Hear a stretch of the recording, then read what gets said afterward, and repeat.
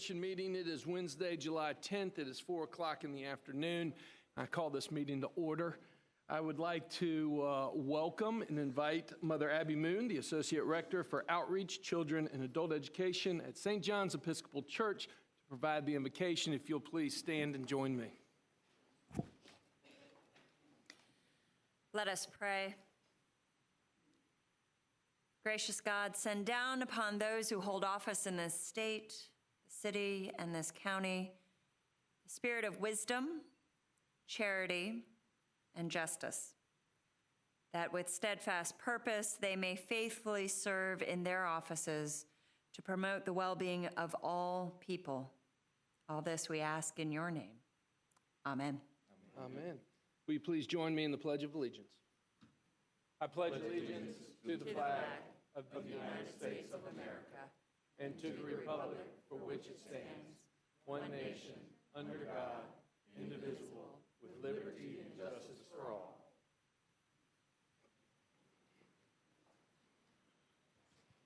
Thank you, Abby. It's great to see you. Thanks for being with us.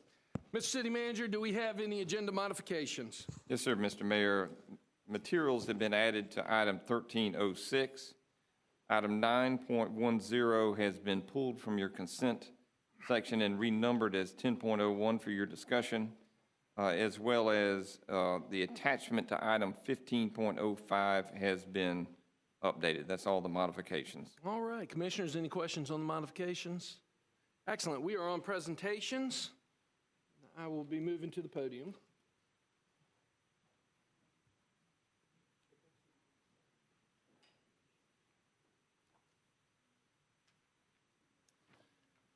Mr. Val Fraley, will you please come join me? Sharon, come join us as well. This is an incredible proclamation. It's great to see you again. Good to see you too, sir. Absolutely. It's great to see you.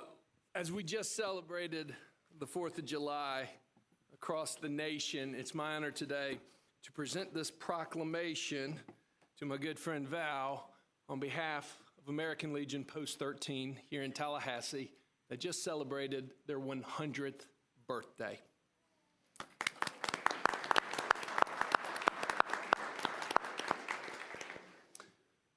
From the governing body of the city of Tallahassee, a proclamation. Whereas the Claude Sauls American Legion Post 13 was chartered on June 9th, 1919, and named to honor Claude Sauls, the first Tallahassee resident killed in World War I.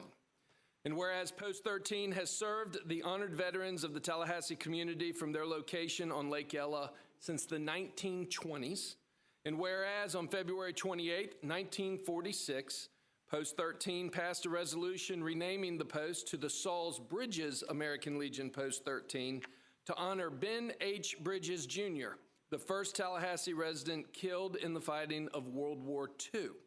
And whereas the American Legion is the nation's largest wartime veteran service organization dedicated to advocating patriotism and supporting both veterans and active duty service members and their families, and whereas the Sauls Bridges American Legion Post 13 has long been a center for community activities in Tallahassee and continues to host regular weekly events and sponsor deserving Tallahassee students to attend the American Legion Boys State program.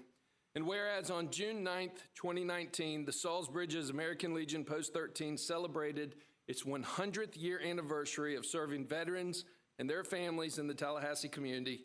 Now, therefore, I, John Daly, with the authority vested in me as mayor of the city of Tallahassee, and the entire city commission do hereby recognize American Legion Post 13 for 100 years of continued service to the Tallahassee community. Signed by me, dated today, July 10th, 2019. It is my honor and privilege to present you on behalf of the American Legion Post 13 with this proclamation. On a personal note, I got to know many members of the American Legion when I was one of those high school kids back in 1990 that you took a gamble on and sent to Boys State and then on to Boys Nation. And I have forever had that connection with the Post. Congratulations and thank you. And thank you for your service as well, Val. Thank you very much.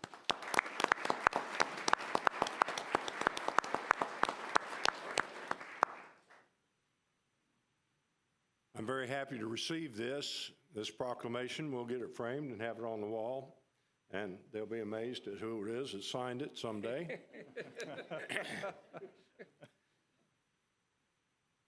It's a pleasure, American Legion, to be in Tallahassee and to be here for 100 years. The American Legion is celebrating its 100th anniversary throughout the United States because it was formed, and we claim our birthday to be about March the 15th, which actually was the first get-together that a bunch of guys did in Paris, France, on their way back to the States. They looked around and they said, we'd like to make something a little different where we're going when we go home, because they had seen the worst of the worst.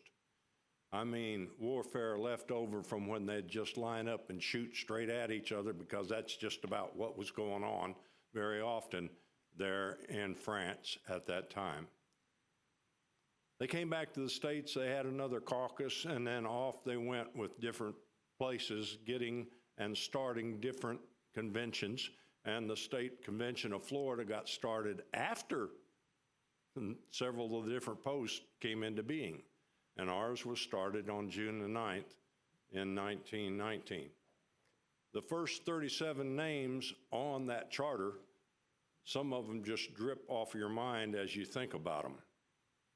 When you see names like Appleyard, when you see names like Lively, when you see two different names, one male and female, Beavis, Messer, and R.A. Gray, who was our first commander of our post.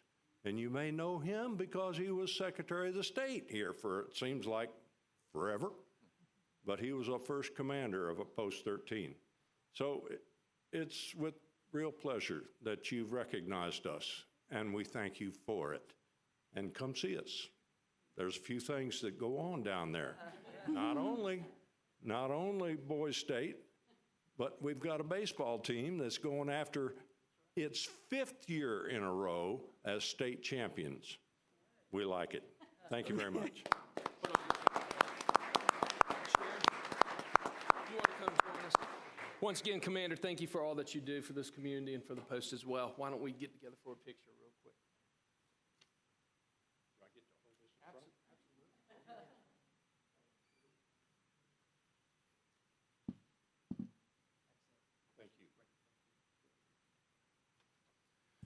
Colleagues, I'm going to deviate from the agenda because this is not on the agenda, because this is a surprise and this is going to be fun. I am going to ask Mr. Cook to please come join me, if you will. I know that we have representatives from the Florida Government Finance Officers Association here. If they will please come join me. Mr. Shimon, it's good to see you. And finally, Mr. Ken Olson, will you please come join us? Your honor.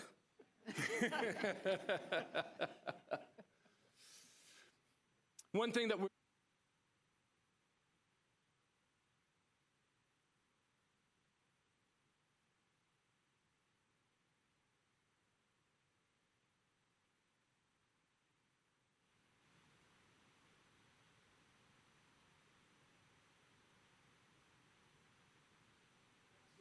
and on behalf of our Treasurer Clerk's Office and the Florida Government Finance Officers Association, I'd like to present you with this proclamation.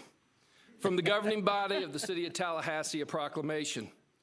Whereas the Florida Government Finance Officers Association, FGFOA, was founded in 1937 and is the nation's 3rd largest such organization. And whereas the FGFOA serves more than 3,300 professionals from the state, county, and city governments, school districts, colleges and universities, special districts, and private firms. And whereas as the preeminent resource for its membership, the FGFOA provides opportunities for education, networking, leadership, information. And whereas the City of Tallahassee has long been active in and supportive of both the FGFOA and its parent organization, the Florida League of Cities, and whereas Kent Olson spent several years of his career in the state of Illinois, but has been a finance officer in the state of Florida for over 25 years. And whereas Kent has experience with cities from Palm Beach Gardens to Orlando, from Jacksonville to Coral Gables, and whereas Kent's extensive experience as a finance officer includes roles as budget director, treasurer, finance director, and assistant city manager, And whereas Kent currently serves as the city's deputy treasurer clerk and has been a valued employee of the city of Tallahassee since 2012, and whereas throughout his career, Kent has been involved with FGFOA, chairing various committees, helping to launch the local Big Bend chapter of the FGFOA, and serving on the statewide board of directors. And whereas Kent most recently served as the president of the FGFOA for the 2018-2019 year, providing leadership and direction for the important statewide organization. Now, therefore, I, John Daly, by the authority vested in me as mayor of the city of Tallahassee, and on behalf of my colleagues and the entire city commission, do hereby recognize His Honor, Kent Olson. It's an inside joke, folks. Kent Olson for his service as president of the Florida Government Finance Officers Association, signed by me and dated today, July 10th. Ladies and gentlemen, this is a very, very, very big deal. We are so honored to have you serve outside of our community as the president of this association. Kent, it's my honor to present you with this proclamation.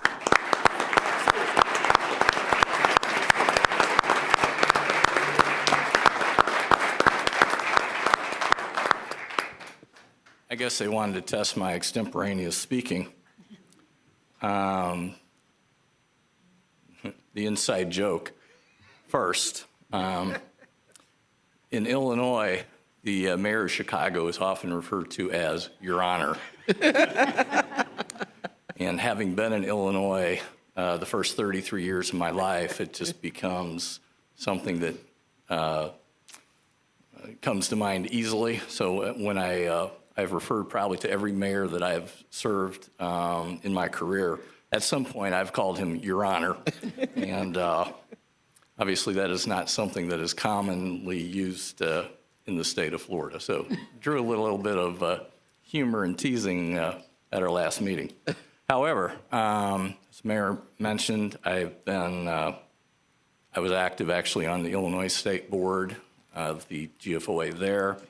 And I came here to Florida and I got immediately involved in the state FGFOA starting back in 1994. It's a wonderful organization. I've represented various cities in my career and at the FGFOA, and I'm very proud to say that for my year as president, I represented the city of Tallahassee.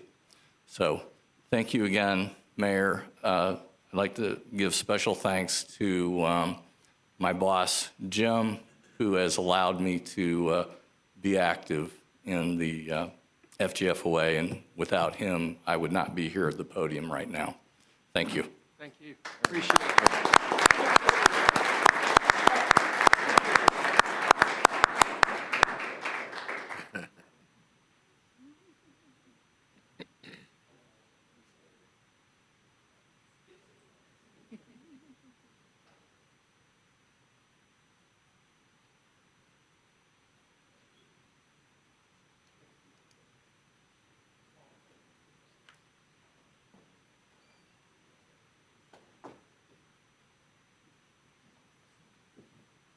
Alex, thanks for letting us do that. Oh, yeah. Surprise. No problem, Yeah, y'all. fun. That was great. You didn't hear that. No problem, y'all. Yeah. Ladies and gentlemen, before we get started, a quick announcement, more of a statement on behalf of the city of Tallahassee. In the past couple of weeks, there's been a community issue that we've been discussing when it was revealed that there was some language that was found in the neighborhood association covenants that we all find repugnant and unacceptable. Let me once again, on behalf of the city of Tallahassee, as we said when we first found the language that was in the covenants, that of course the city of Tallahassee condemns illegal, unconstitutional, unenforceable racist language that has been uncovered in historical documents here in our community. And truth be told, we might find them in other covenants.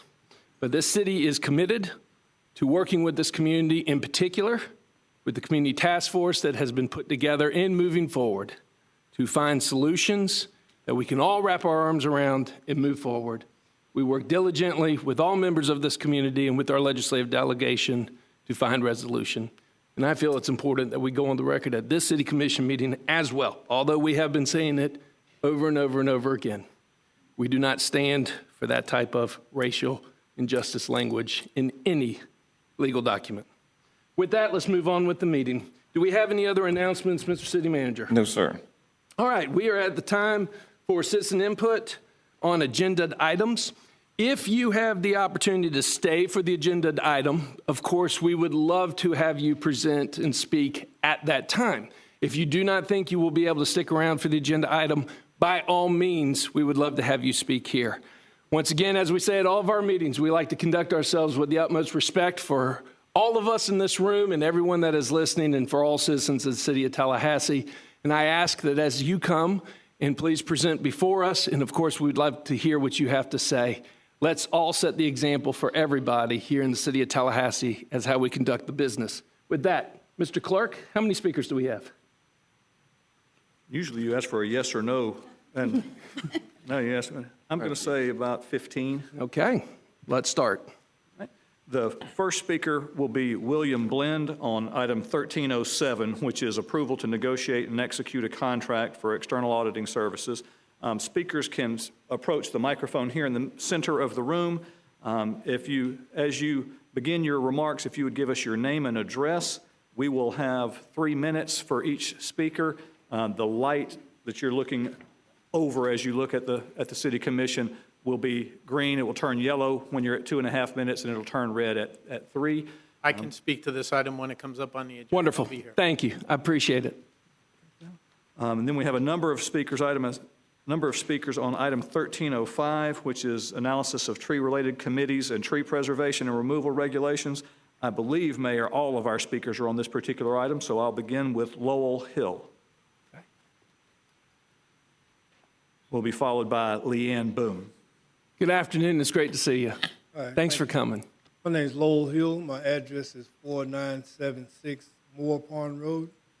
And I came down to show my concern for the trees down in the area over off of FAMU Way. And I heard they were about to be demolished or taken out, but I think they will serve a great purpose to the community of providing some shade and some places to hang out with other people in the community. And I'd like to see them stay. Wonderful. Thank you for coming out. Certainly do appreciate it. Next speaker is Leanne Boone. She'll be followed by Lucia Summer. Ms. Boone, it's great to see you again. Good to see you, and I do have a different presentation from the one before today. Excellent. As you saw, did the PowerPoint? There we go, excellent. And your address again for the record. Thank you. 300 South Duval. And I'm going to open here with the Shingles Oaks. This is a place where people have gathered for over 60 years. They still gather today. And unfortunately, it's going to be in the middle of a roadway. In a matter of months, days, they could come down at any point. And we just urge you to please reconsider to see if there's any way that we can route around these trees and at least provide a place for these people who have been meeting and making these social bonds for over 60 years to continue to have a place to meet. The next place I'd like to show you is Winter Garden, Florida. This is a place where they have deliberately done everything they can to preserve their old trees. This is a brand new development. This looks like something that's old because you see the old trees, but every day they're bustling businesses because they have carefully crafted their code to make sure that we protect our trees. We can do this. We can have businesses, we can have development, and we can protect our history and the social value of those trees. And I guarantee you, people are so excited to go out there and sit under those trees on a hot day, much more so than some of the concrete jungles we're starting to create, like Magnolia Grove and places like that. Then I'd like to end on, again, the oak I was talking about earlier that we found that was not on the tree survey, and that it's 77 inches in diameter breast height, which means it's about 500 years old. And it is no coincidence that the Great Seal of Tallahassee looks identical to this tree. And we urge you to please at least see if you can alter the route of the highway for the Shingles Oaks, but also change the shape of the retention pond so that we can keep this 500-year-old oak tree and preserve some of our history and the social value that we have left in that neighborhood. Thank you. Thank you. Next speaker is Lucia Summer, and then Max Epstein.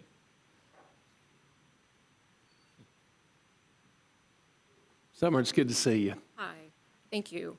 1611 Milton Street.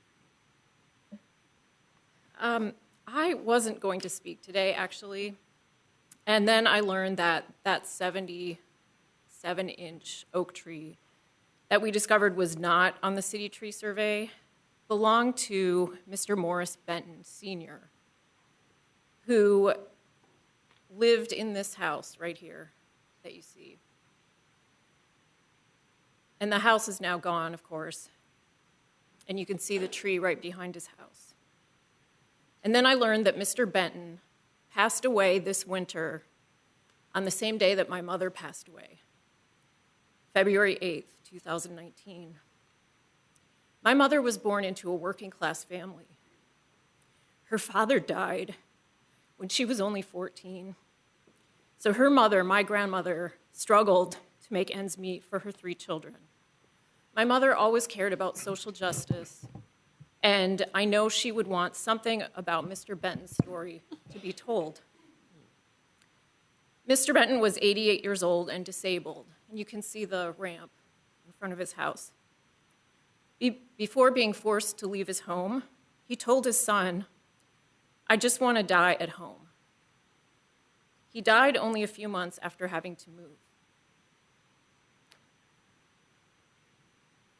This is his obituary. Both Mr. Benton's son, Morris Jr., and his grandson, Robbie, told us that the entire family was very unhappy with the process. His son said, "Everything my father worked for his entire life was taken away from him."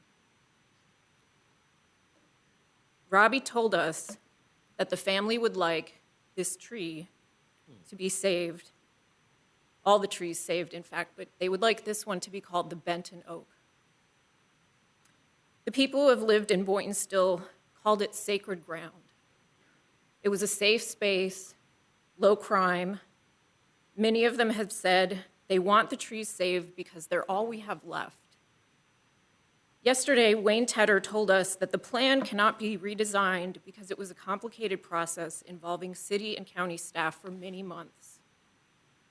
But the process was flawed from the beginning because it wasn't undertaken with the most important goal of all, that of preserving a community. My mother always said, sometimes doing the right thing is not the easiest thing. You have about 30 seconds remaining. Please stop the demolitions, and until the Blueprint Board issues its promised report and citizens have the opportunity, a real opportunity to respond. And a grievance process is put in place to address all the complaints of the owners and the tenants forced from their homes.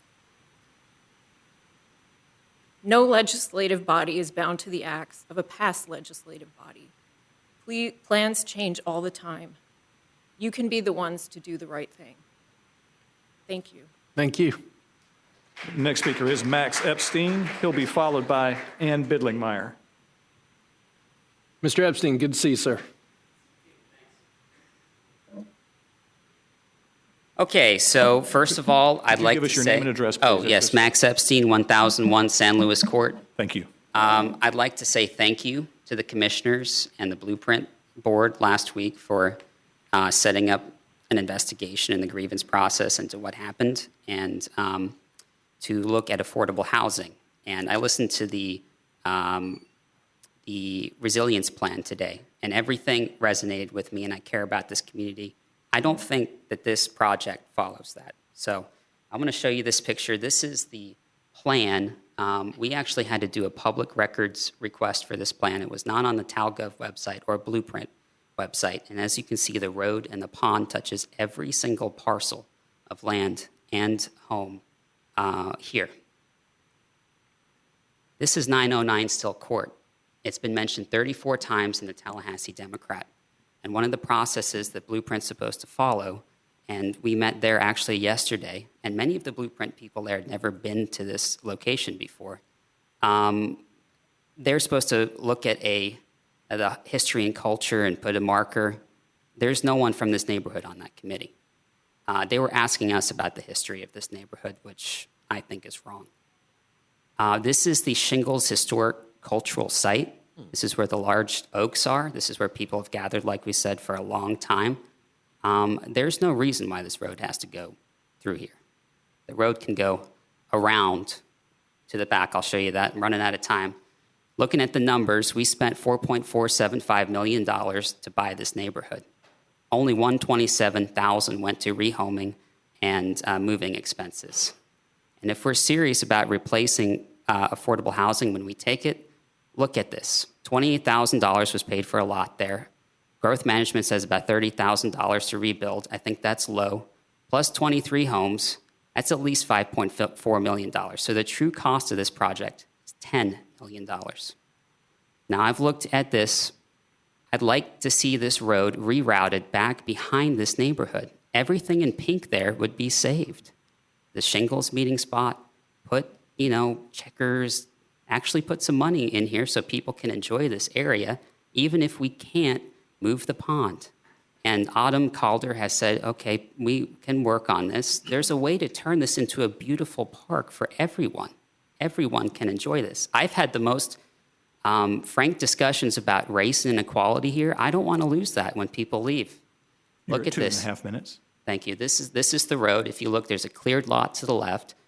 Going down, cleared lot to your right. The city owns all this. You can put the road behind there. There's no reason why it had to go through this neighborhood. Please reconsider. And all of this that you see here would be saved. Turn it into a park, something beautiful. Put something else there. And here, look, I didn't even get to this. I don't have enough time. But there's a way to look at this. To the south, 7 Acres has been for sale for $3.2 million. No eminent domain issues. Appraises for $1 million. I'm almost done. It would preserve 5,000 or 50,000 square feet of affordable commercial space. Even if you rent it at $3.5 a foot, you have a residual income. So please, this is beautiful. You can actually do way, way more with this. Thank you. Thank you, Mr. Epstein. Next is Ann Bidlingmeyer, and then Jita Height. Ms. Bidlingmeyer, it's good to see you. Welcome. See you too. Ann Bidlingmeyer, 1920 Harriet Drive in Tallahassee. I have been a 3-term chair of the Canopy Roads Committee. I'm no longer on the committee because I don't live in the city. But I have noticed that a blight seems to be spreading through Tallahassee's trees and certain aspects of its city management. It's been my experience that the guys in the trenches usually want to do the right thing. Over the last several years, the quality of growth management and tree preservation has been slipping. In the 1980s, I founded Tree Watch and worked on the first drafts of both the city's and the county's ordinance. For about 15 years, things looked a lot greener and healthier, but now the bottom seems to be slipping out of our tree preservation and green space. Take a look at the canopy development, which doesn't have canopy. We were designated as a Tree City USA after our numerous Arbor Day projects, of which I was the co-founder. But given what we're seeing around here now, I question the validity of the Tree City USA designation. I contacted the Forest Service to validate the label, but the person I talked to was reluctant to discuss it due to job security risks. He is no longer there, by the way. For one thing, we don't have the required tree board that we should have for Tree City USA. The Canopy Road Citizens Committee is too specific and doesn't cover enough territory to count. An example of unnecessary tree destruction is a proposed Boynton Still. I've tried to contact someone in the engineering field, but either my calls have not been returned or the people I've asked about it don't know what's going on there. And saying that it's too complicated to change it, I question. When I was on the Canopy Roads Board, we sent back the Blairstone Road project at least 3 times and said, think outside the box, you can do a better job. And what we ended up with was a pretty good road. that most people are very happy with. And at first, there was a lot of opposition. We should revisit this project to make this a park and a neighborhood that we can all be proud of. Let's stop this blight now. Thank you, Ann. Next, Gita Height, and then she'll be followed by Leon Liska. I may have that next name wrong, but they'll know who they are. Good afternoon. Hi, good Thanks for joining us. Thank you. It's Gita Height, 1403 Benton Road. I'm a graduate student at Florida State University, and I'm also speaking on behalf, or rather in memory, of my husband, Lalo Robles, who passed a couple months ago from terminal pancreatic cancer. My husband, Lalo, was a professor of architecture at FAMU for over 20 years, and he served for many years on the board of the Tallahassee Trust for Historic Preservation and the Canopy Road Citizens Committee. The city and its people were important to him, and I know he had become discouraged over these last years by the changes he saw the city making, especially related to the loss of heritage oaks and historic structures. I know that he would be disheartened, as I am, to see the most recent destruction of the Boynton Still neighborhood and the seemingly casual erasure of the cultural heritage of our city, which this neighborhood and its historic oaks represent. I read over the City of Tallahassee's resilience plan and strategies for actions, and noticed some of these could have been applied to the Boynton Still neighborhood, but the demolition of this neighborhood only increases the vulnerability of its citizens of this neighborhood and negatively impact their ability for resilience and the overall resilience of the City of Tallahassee. Some of the points that jumped out at me were facilitate cultural resiliency through preservation of historic properties while also encouraging appropriate neighborhood revitalization. This could have been done in Boynton Still. Create a space that people love and fosters a shared sense of responsibility. Enhance protective features of the natural ecosystems, such as the tree canopy and wind-resistant trees, and contribute to the global effort to curb climate change. These last two items could still be implemented in the Boynton Still neighborhood. The historic oaks are still there, but set to be cut down very soon, but would be an important asset in the city's resilience plan. They contribute to the canopy, have survived for hundreds of years through various hurricanes. They mitigate carbon, reduce pollution, manage stormwater, increase biodiversity, and provide an important social aspect as they are a gathering place for the people of this neighborhood. They want them saved, as do many other citizens of Tallahassee. I'm asking the city to stop, to take a step back, and see if they can adjust the route of the road and holding pond to protect what is left of this neighborhood, to recognize the importance of the large historic oaks at the gathering space, and an asset to the cultural heritage and resilience of the city. Thank you. Next is Lynn Liska, and then Shauna Smith. Good afternoon. Thanks for joining us. My name is Lynn Liska, 3709 Bellwood Drive, Tallahassee. I'm deferring to the videos that we have available with my time. Thank you.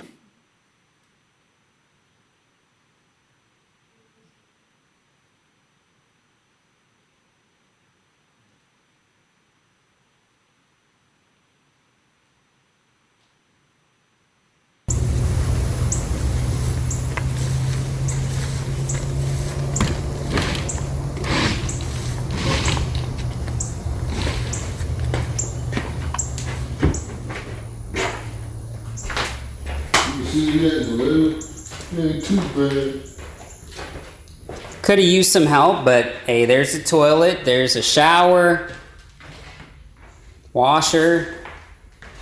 Ooh.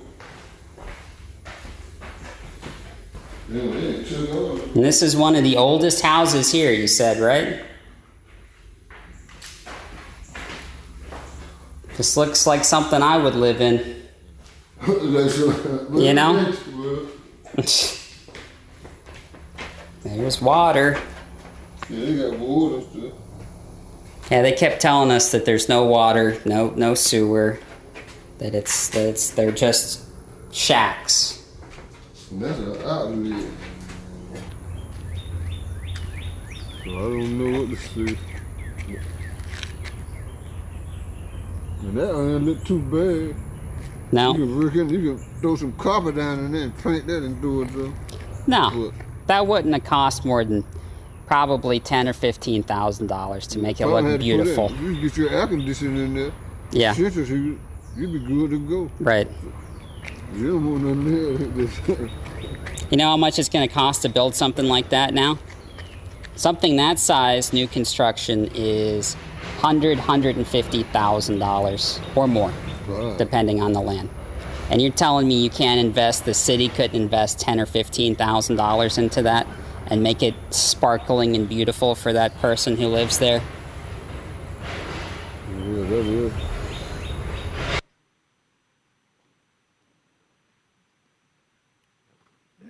Here, the next speaker is Shauna Smith. Following Ms. Smith is Stephen Kurtz. Hey, Ms. Smith, good afternoon. Thanks for joining us. Good afternoon. Shauna Smith, 814 Apache Street. And I want to start by saying I dare to say that I probably know this whole FAMU Way project more intimately than anybody else in this room. And I say that because it was my father's mission, who was a graduate dean at Florida A&M, came to work here and teach at FAMU in 1950, sociology major, now a noted civil rights author, speaker, researcher, publisher, very civically involved here. I think many of you may know my father. But I came to know this project as a mission of his when he came to Tallahassee and he saw the great injustices in terms of fair treatment to his school, his employee at the time, and noticed that it seemed to be bound by this really ugly, dangerous system, a road called Canal Street. And I remember as a child and my father appealing to the commission over 12 years, let's do something to enhance the South Side. Make it be a place that we are trying to make it be now, a place that people will want to come to. We're already talking about creating a sense of place. And he felt that the South Side, and in particular, honestly, Florida A&M University, had no sense. You didn't even know when you got to the boundaries of the campus, as you do for other major universities with landmarks. The boundary that was marked was the railroad and the other side of the tracks and that ugly Canal Street with ditches so deep that I remember as a child,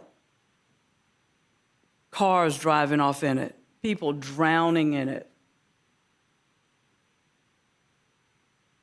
And that was the demarcation for Florida A&M and the South Side. And we have a lot of history that is being, and he knew when he proposed this, there were going to be a lot of compromises and sacrifices. Trees, maybe, flora, fauna, people's homes. And he wants to preserve. He's a researcher. He definitely wants to preserve. And I now, being on the advisory committee and proud to be asked to be on it, making our mission to preserve as much as we can, shotgun houses. Let's take one and let's make it be a nice symbol and place it somewhere. But throughout this whole 3-year process, we have, we have, appealed to community meetings in many different venues. And here at the last phase, now we're saying, change this project, stop it, let's redo it. And I propose, and I would like to appeal to the commission to continue with the project as it stands, and we would welcome as an advisory committee input and feedback from the groups who would like to share input. Thank you, Ms. Smith. Next speaker is Stephen Kurtz, and then Jefferson Walker. Mr. Kurtz, it's good to see you, sir. Thanks for joining us. Good to see you, Mr. Mayor, board members. I just want to echo very quickly that we ask that we please... Could you start with your name and address, please? My name is Stephen Kurtz, 1611 Milton, District 1. I just wanted to start by saying, could we please stop the demolition and just be able to discuss this a little longer, to get the report that Blueprint has promised us on how this process was conducted, and that we set up a board for grievances for the people who are forced from their home and feel they've been cheated. With the rest of my time, I'd like to play a video of a voice from the community where the houses were taken. My name is Debbie Murray, And I've been coming down here since Mr. Leroy Copeland, that used to own that shop that they tore down, was alive. And I've seen a lot of changes go on through here, except changes that should have been, something should be preserved for Black history. There's a lot of things in Tallahassee that have a lot of Black history, but they're being torn down for progress. And the trees, oh my God, you can't make a tree. You can watch one grow, but you can't make one. And I think they need to save these trees. Alvin Williams. And my connection to this place is, I grew up in Tallahassee. That's connection enough. Yeah. You know, and I think it's wrong because this, for as I'm concerned, Shingles was a historical place. You know, yeah. And they tore that down, and then they have some new houses, practically brand new houses along this road, and they tore those down just to put a pond. Yeah. I think that's a lame excuse. Yeah. Okay.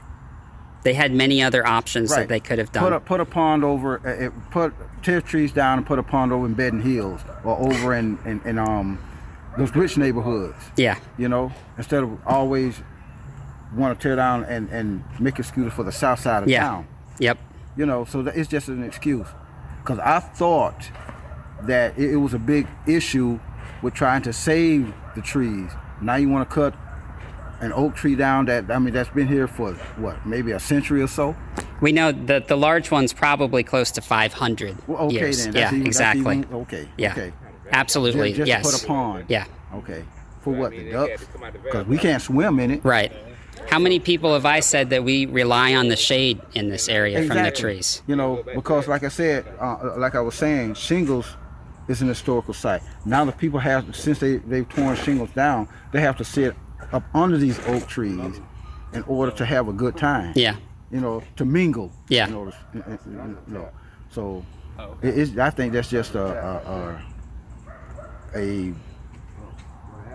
low. It's wrong. A wrong excuse. Yeah. To just cut the trees down and tear this road up. Okay. Okay.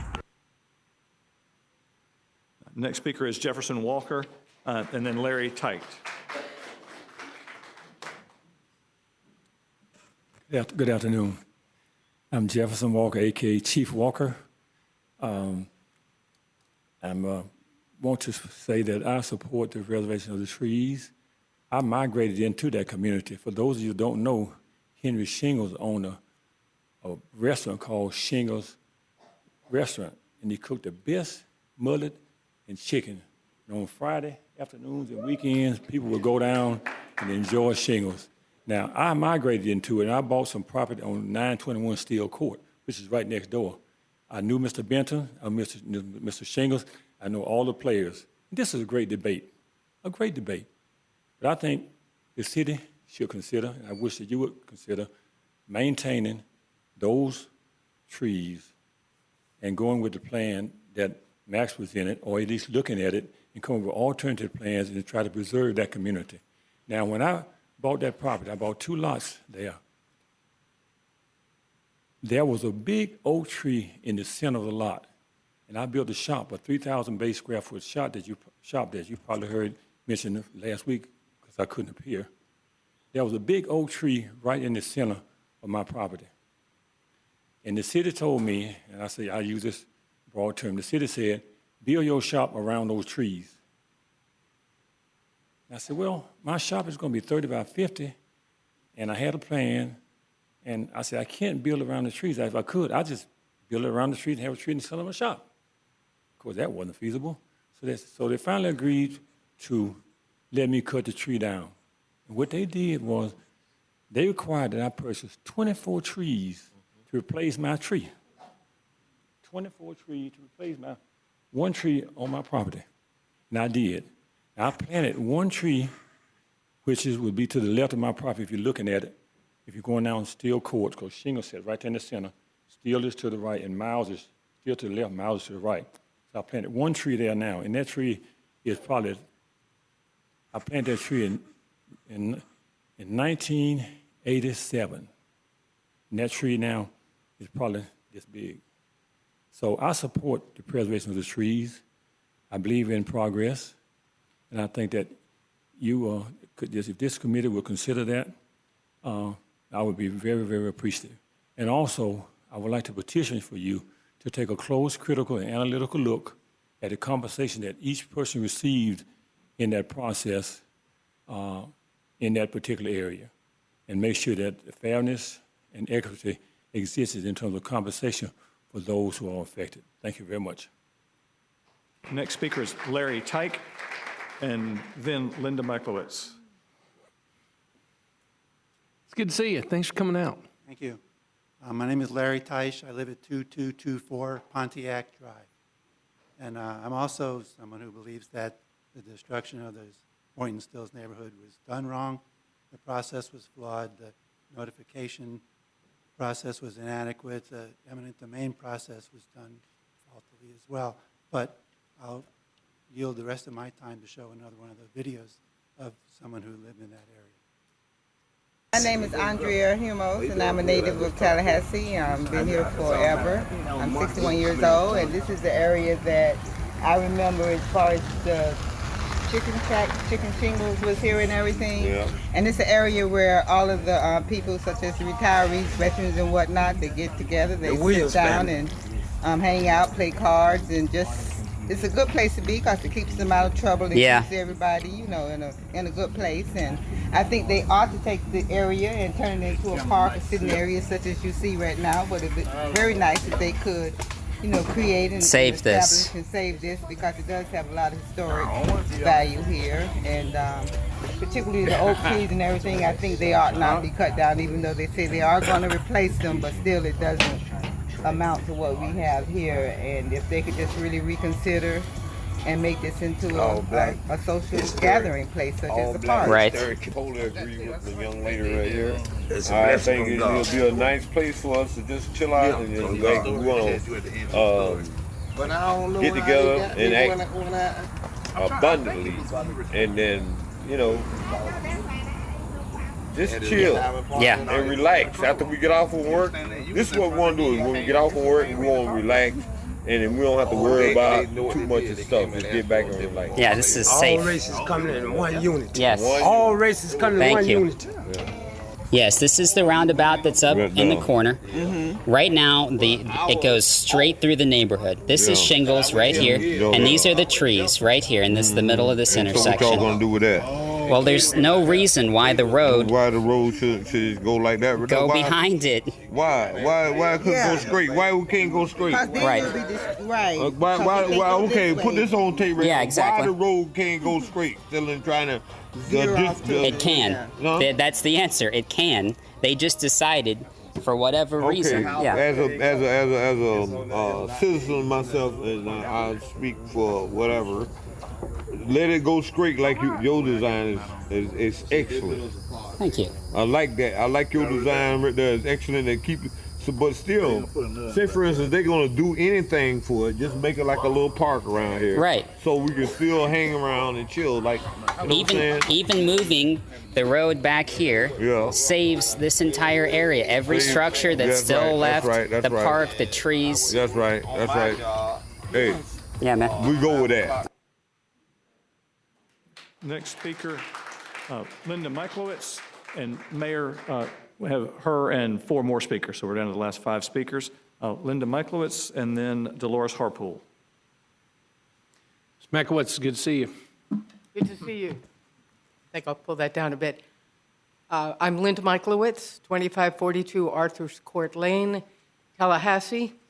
Before I show you another stirring video, I just want to take about 30 seconds to ask you a question.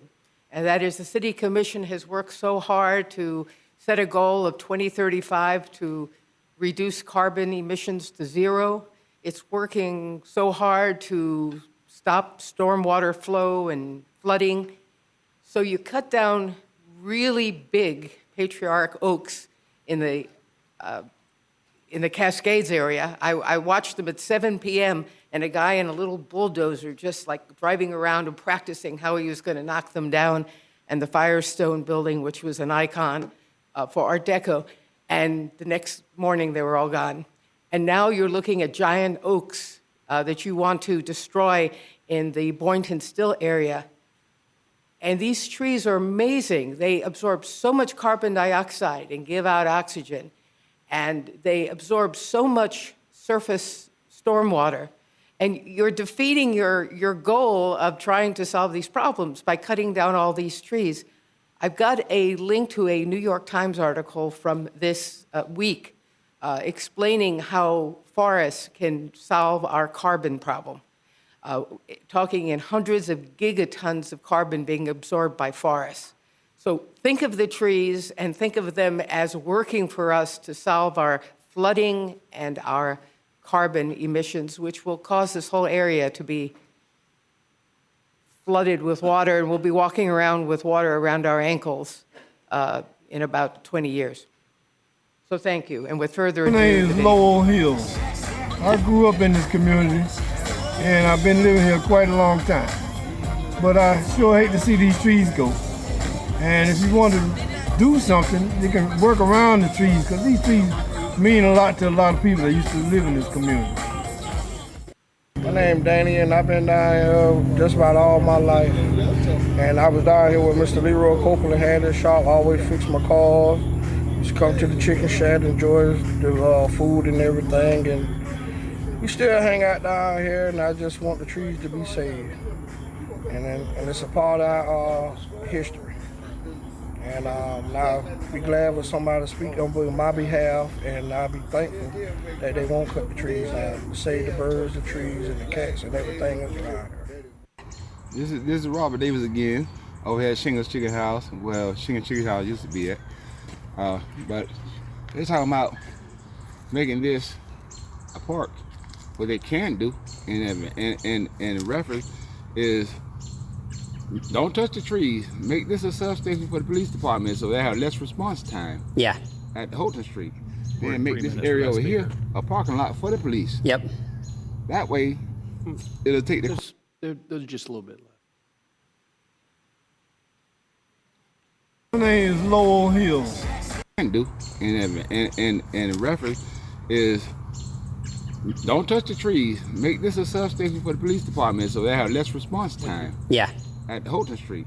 Then make this area over here a parking lot for the police. Yep. That way, it'll take the crime rate down, because crime rate over here is not bad. Yeah. And I was talking to my man over here about the same thing. And then you got all these woods over here. Yeah. Okay? Because you got Florida State right over here, across the bridge. We got FAMU over here. Mm-hmm. So you're right in the middle of everything. Yeah. And it would be convenient for everybody. Okay, Folks, let me remind you that, look, I started down this road, and colleagues, I'm apologizing to you because this is actually not the time for unagendaed items. We snuck in under the 13.05. Once we started, I have allowed everybody to proceed. We do have a lot of speakers. I'm asking you to please work with us if you have videos when it comes to comments and combining, so we can be fair to everybody with the same amount of time. Please proceed. Thanks for joining us. Yes, thank you. My name is Dolores Harpool. I live at 856 Violet Street, and I'm a former resident of the area of Tallahassee known for over 80 years as Allen Subdivision. I want to speak from a slightly different perspective regarding this project. The area that I'm talking about, Allen Subdivision, covers over 40 acres bound by South Adams Street on the east, the CSX railroad tracks on the north, Martin Luther King Boulevard on the west, and Palmer Avenue on the south. I'm here to speak to the positive ways in which the Family Way extension has already affected the neighborhood in which I grew up. By the way, I serve too on the advisory committee with the working group that will be determining the ways in which history will be preserved. You heard a lot about shingles and oak trees and that kind of thing in the area that's being affected. I certainly acknowledge the concern of environmentalists to preserve trees in the area and concerned about the natural environment. However, from our old neighborhood, there were trees that we hardly noticed, to be honest with you.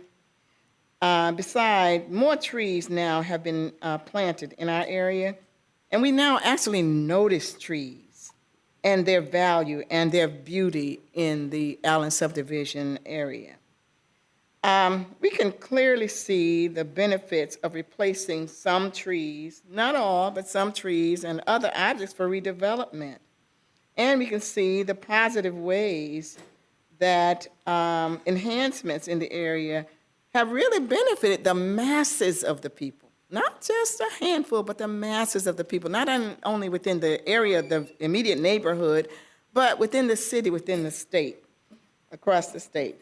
While I have no pictures of the area to present prior to the redevelopment and beautification in the Allen subdivision area that was brought about by the Family Way extension, I can say as a former resident of the area that prior to the project, there were trees along with eyesores and perhaps health and safety hazards that existed in the area.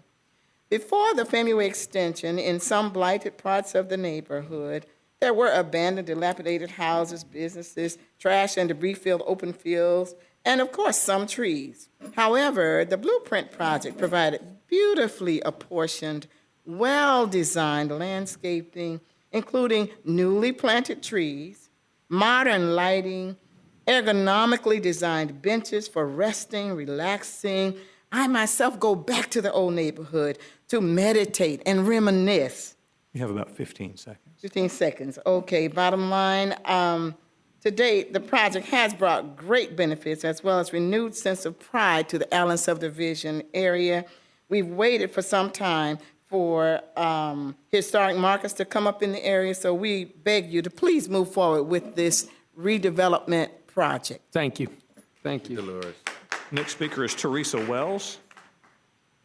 She'll be followed by Charles Strattery. Ms. Wells, welcome. Thanks for joining us. Good afternoon, everyone. My name is Teresa Wells. I live at 1227 North M.L. King Jr. Boulevard here in Tallahassee.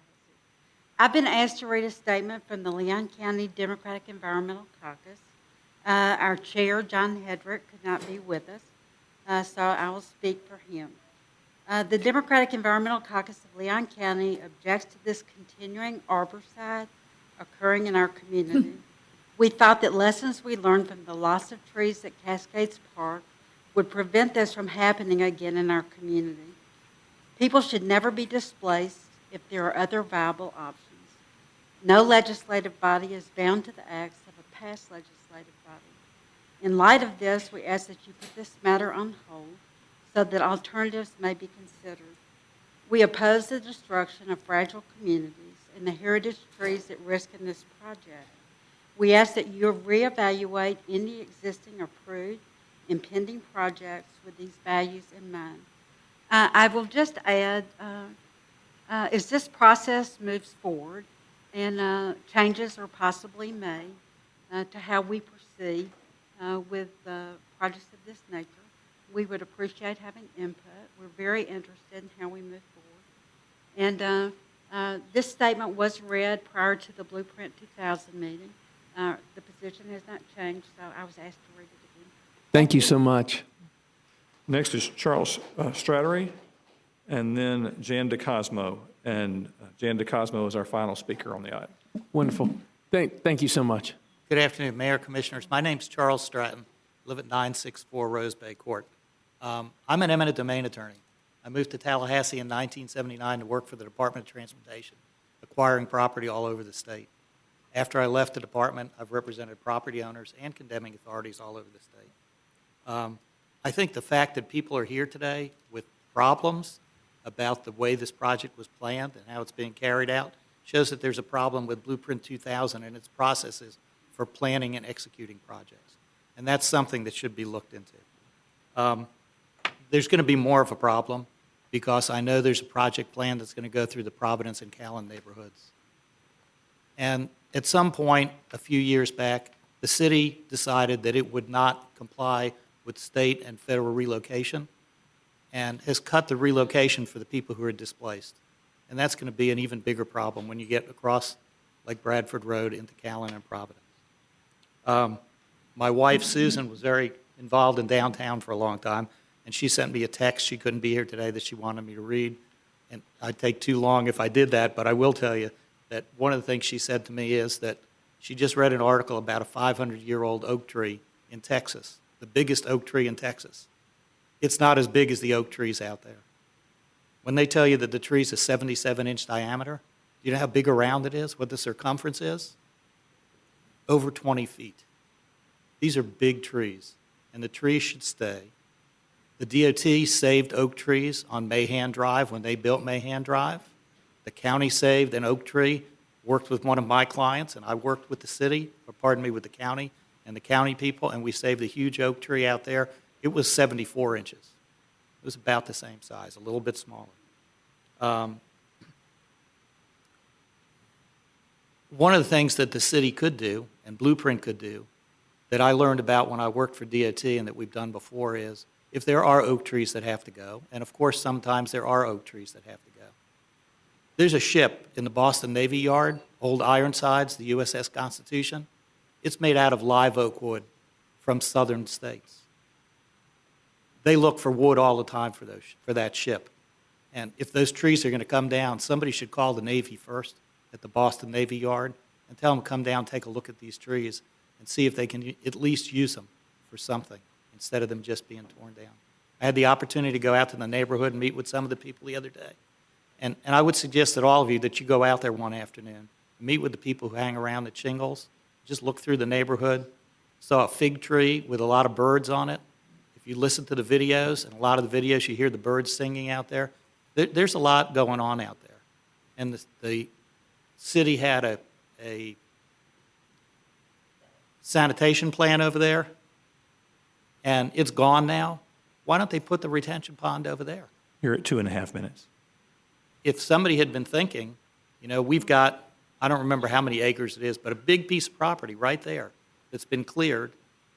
If it needs remediation, this is a perfect chance to do two things at once. Do the remediation, put the pond over there.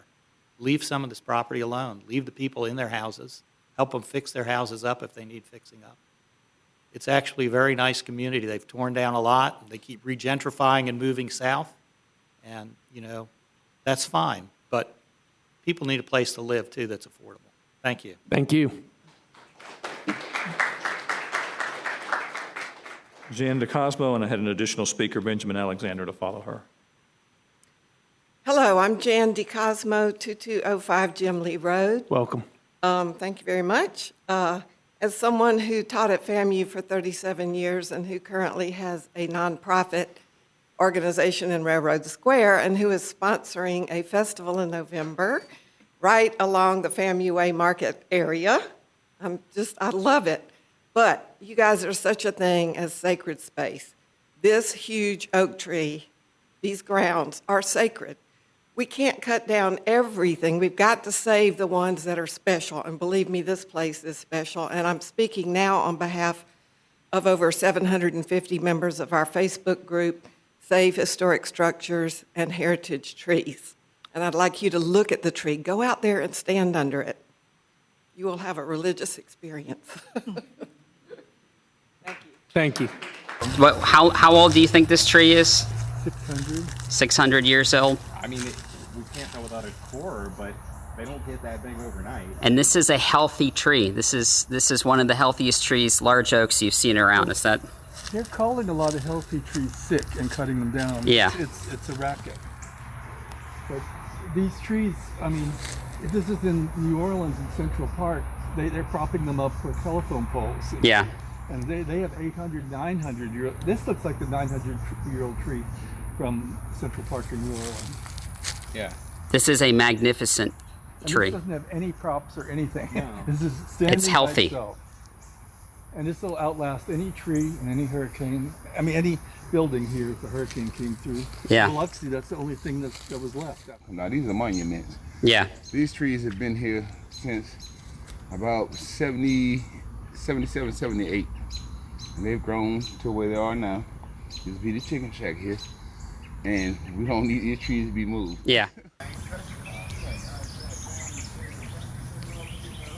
This would be a beautiful park. World class.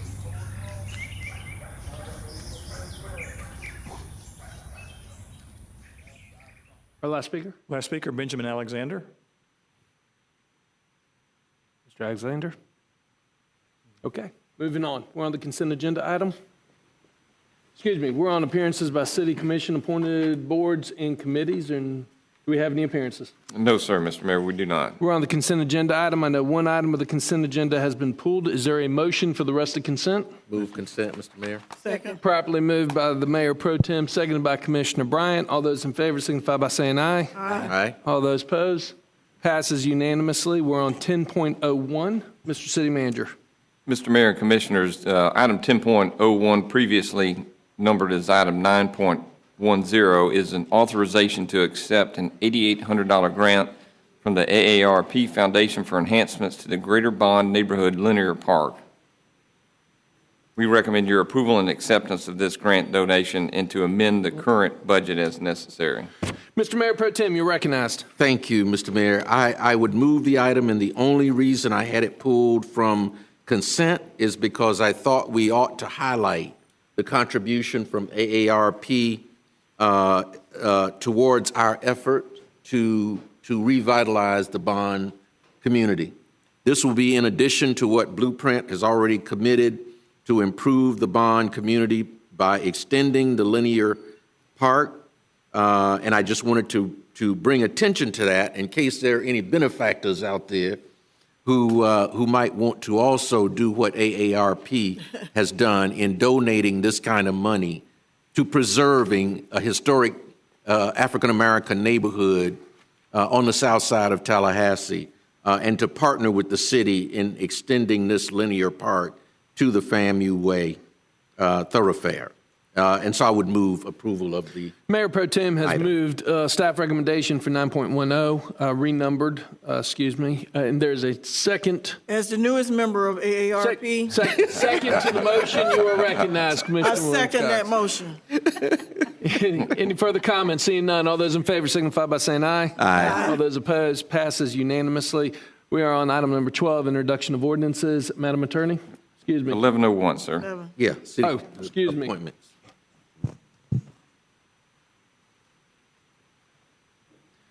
11.01, Mr. City Manager. Yes, sir. This is the reappointment to the Downtown Improvement Authority.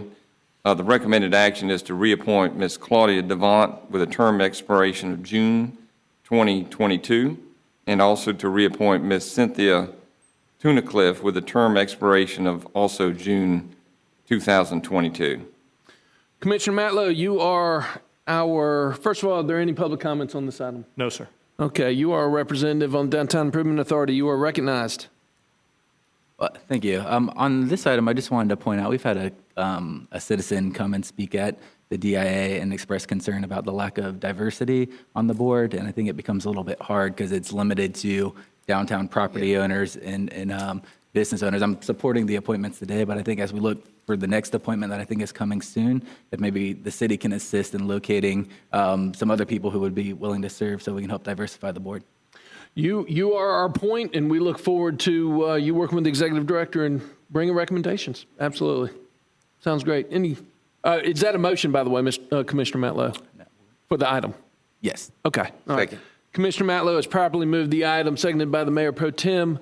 Commissioner Williams-Cox. In looking at the lack of diversity on this board, it seems that within their bylaws, that is what is holding it up, because either within the bylaws or the fact that there are no black-owned businesses down in the downtown area. We need to really look at that to understand why that is and what we need to do to make that happen. I know that there were thriving businesses in the Frenchtown area, and there are, from what I understand, there are those who would like to have businesses downtown, but there's a cost barrier that's preventing that. So perhaps we need to look at some type of incentives to attract, and not just black-owned businesses, but Minority-owned. well, for minority-owned, I don't want to say non-minority, but for minority-owned businesses downtown, regardless of, the race, creed, or whatever. So I just want to put that out there. I support the motion, but we need to figure out how to get businesses downtown. Excellent. Seeing no further comment, all those in favor of the motion on the table signify by saying aye. Aye. All those opposed, passes unanimously 5-0. 11.02, Mr. City Manager. Mr. Mayor and Commissioners, item 1102 involves the Affordable Housing Advisory Committee reappointments, 3 reappointments, all with terms expiring June 2022. Those recommended reappointments are for Julian Smith, Jovita Woodrich, and James McShane. Is there any public comment? No, sir. Move staff recommendations, Mayor. Been properly moved by Mayor Pro Tem, seconded by Commissioner Bryant. Any further comment? Seeing none. All those in favor of the motion on table signify by saying aye. Aye. All those opposed, passes unanimously 5-0. 11.03, Mr. Manager. 1103 recommends the appointment of Mr. Donald Gray to the Planning Commission with a term expiring June 2022. Is there any public comment? No, sir. Move acceptance. Second. It's been properly moved by Commissioner Williams-Cox, seconded by the Mayor Pro Tem and Commissioner Bryant. No further comment. All those in favor signify by saying aye. Aye. All those opposed, passes unanimously 5-0. We're on item number 12.01. Madam Attorney.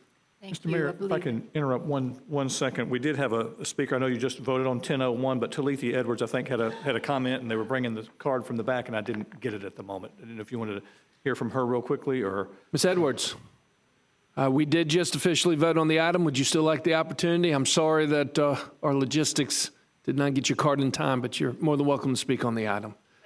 Yeah, and welcome. Your name and address for the record, please. All right. Hello, I'm Talithia Edwards. I live at 1802 Saxon Street, and I just wanted to say thank you for pulling the item commission with the AARP that's going to help add to the beautification of the linear park. We're really excited about the kickoff, and then we're going to break ground in August and all the things that are happening.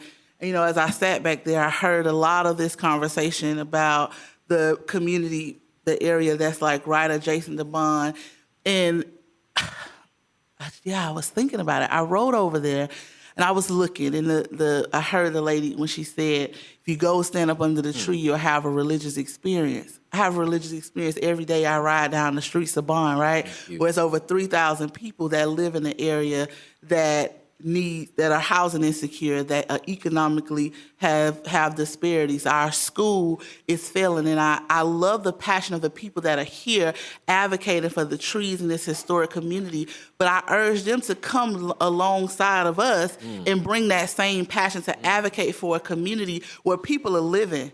I had a baby dropped off on my doorstep. We talking about trees, right? And I love trees. I love the shade. We're communal people. But when you're talking about the needs that are in that community, we're excited about this roadway and the economic opportunity and development that is going to come to this area, because people are counting on this development, on this economic opportunities. We've wrote a plan, and we're working through a plan that has addressed these needs: affordable housing, job training and job readiness, education, all of these things. So I love the passion. Again, this community is right borders our community. And so I would ask that everybody that was here advocating for this historic community, its history all in Bond, and we are not trying to get rid of that history. We also want to preserve it. But if they'll come alongside of us and advocate and work to move this community forward so that it's something everybody could be proud of. Yes. Thank you. Thank you. Thank you. We are on item number 12.01. Madam Attorney. Thank you. Item number 12.01, Introduction of Ordinance 19-Z-18, an ordinance of the City of Tallahassee designating and including additional territory as an PUD planned unit development on the official zoning map of the City of Tallahassee, adopted and established by the City Commission, providing for conflicts and severability and providing an effective date. The first and only public hearing is scheduled for October 16th, 2019 at 6:00 p.m. in the City of Tallahassee City Commission chambers at City Hall. Let the record reflect that the ordinance has been introduced. Commissioners, any questions for the City Attorney?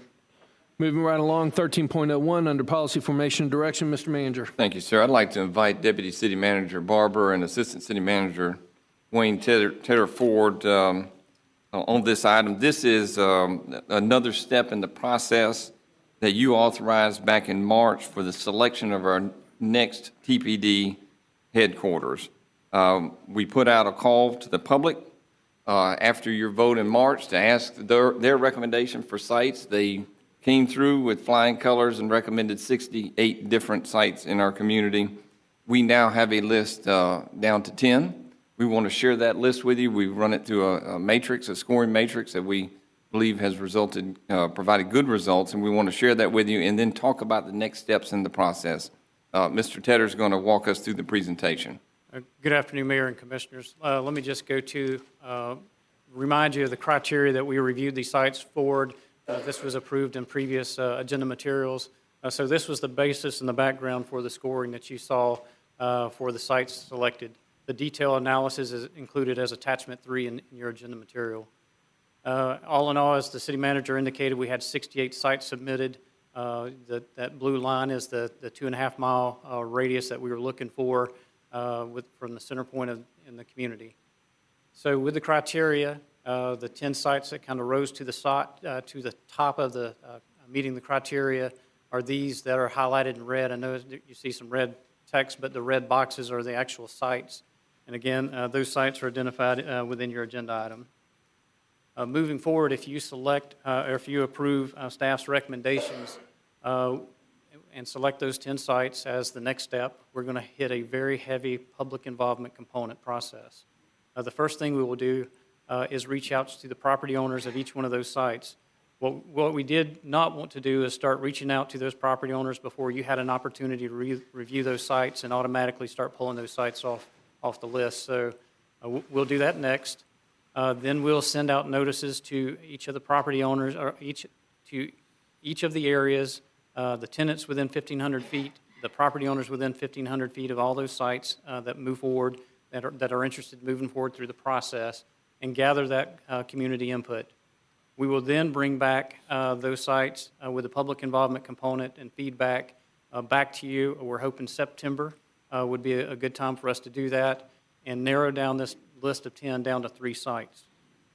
From that point, we will do a very deep dive in those communities. Again, going back and doing the notification of 1,500 feet of tenants and property owners from that site. We will have our architectural and construction management team develop concepts based on what we're hearing feedback from concerns from the citizens, as well as additional components that may be considered as part of the site. After we have completed that step, our construction management team and architectural team, they will then do a very deep dive into the technical aspects. How much is it going to cost? What's the components necessary to move these sites forward? Then we'll be bringing back that criteria, how these sites stack up, back to you for a final selection. Then we'll negotiate a price based on their selection. So what you see in front of you, the black text, is really all the things we've done up to this point. So we're still in the band of what we indicated to you earlier this year. Hopefully by the end of this year, we can begin looking at the sites that we would consider for purchase. And then through 2020, design, 2021, the construction begins in 2023. The last piece I'd like to indicate, go over with you, option 2 in the agenda material. As you're well aware, we purchased the Northwood Mall site. What we would like to do as part of this, while we're going through this process, determine whether or not that site rises to the top, we need authorization to move forward with whatever procurement services to look at the buildings to see what portions of the building needs to be demolished at this point and what portions of the building can remain as a usable condition for a period of time.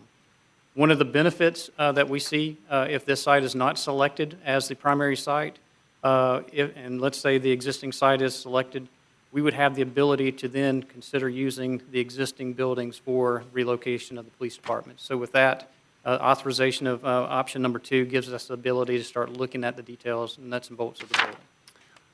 And with that, we'll be glad to answer any questions. Great. Before we move into public comment and discussion, let me frame this because I want everybody to be very clear. We are not selecting a site for a potential police station tonight.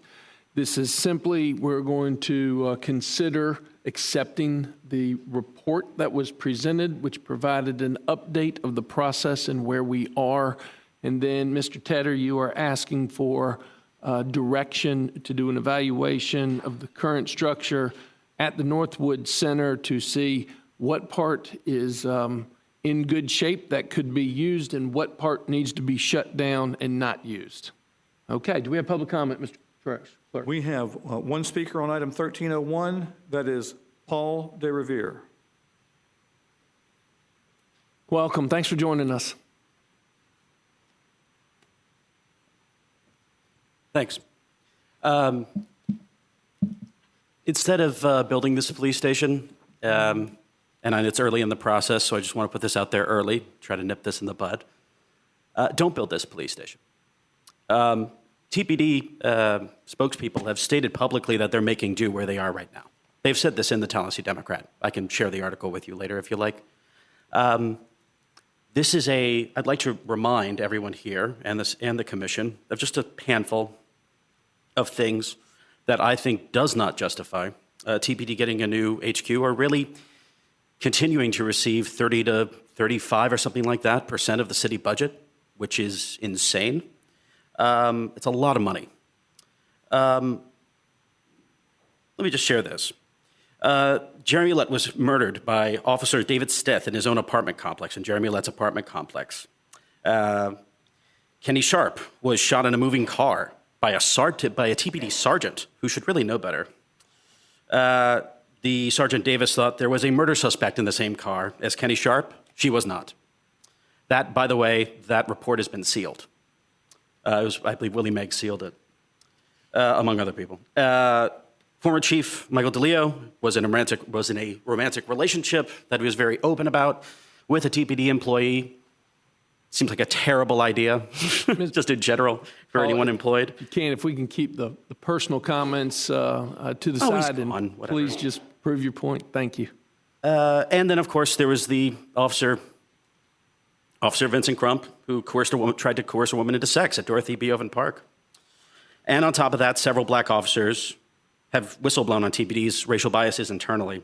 So, look, why are you giving these people more power, more money, more new stuff? Just doesn't make any sense. Thanks. Thank you. Thanks for joining us. Any other public comment? Have no other speakers on 1301. Open it up for discussion amongst commissioners. Questions, comments? Mr. Mayor Pro Tem. Just a question for Wayne. Did we consider at all any priority for properties that the city already owns? For instance, of course, we own the Northwood Center. We own the property off of Lake Bradford Road. Were those given any higher priority than sites we would have to purchase?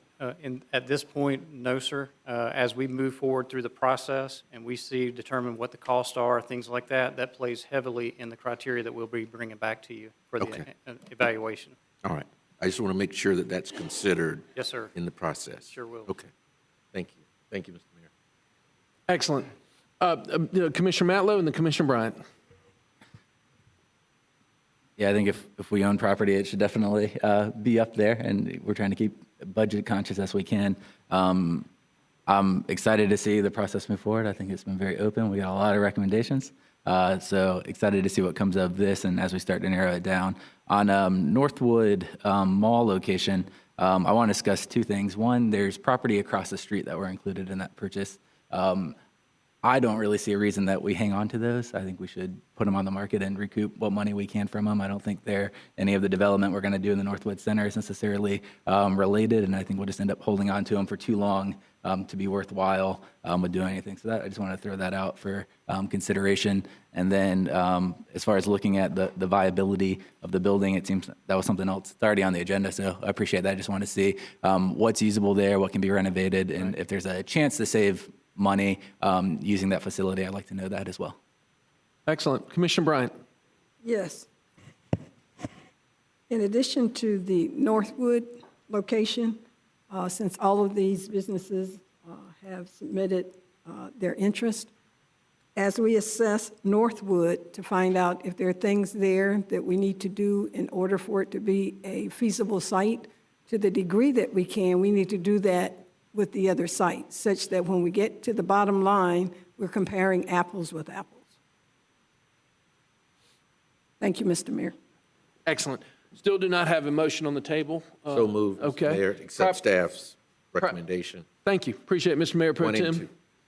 Properly moved staff recommendation, option number 1 and 2. Is there a second to the motion? Second. Seconded by Commissioner Bryant. Any further comment?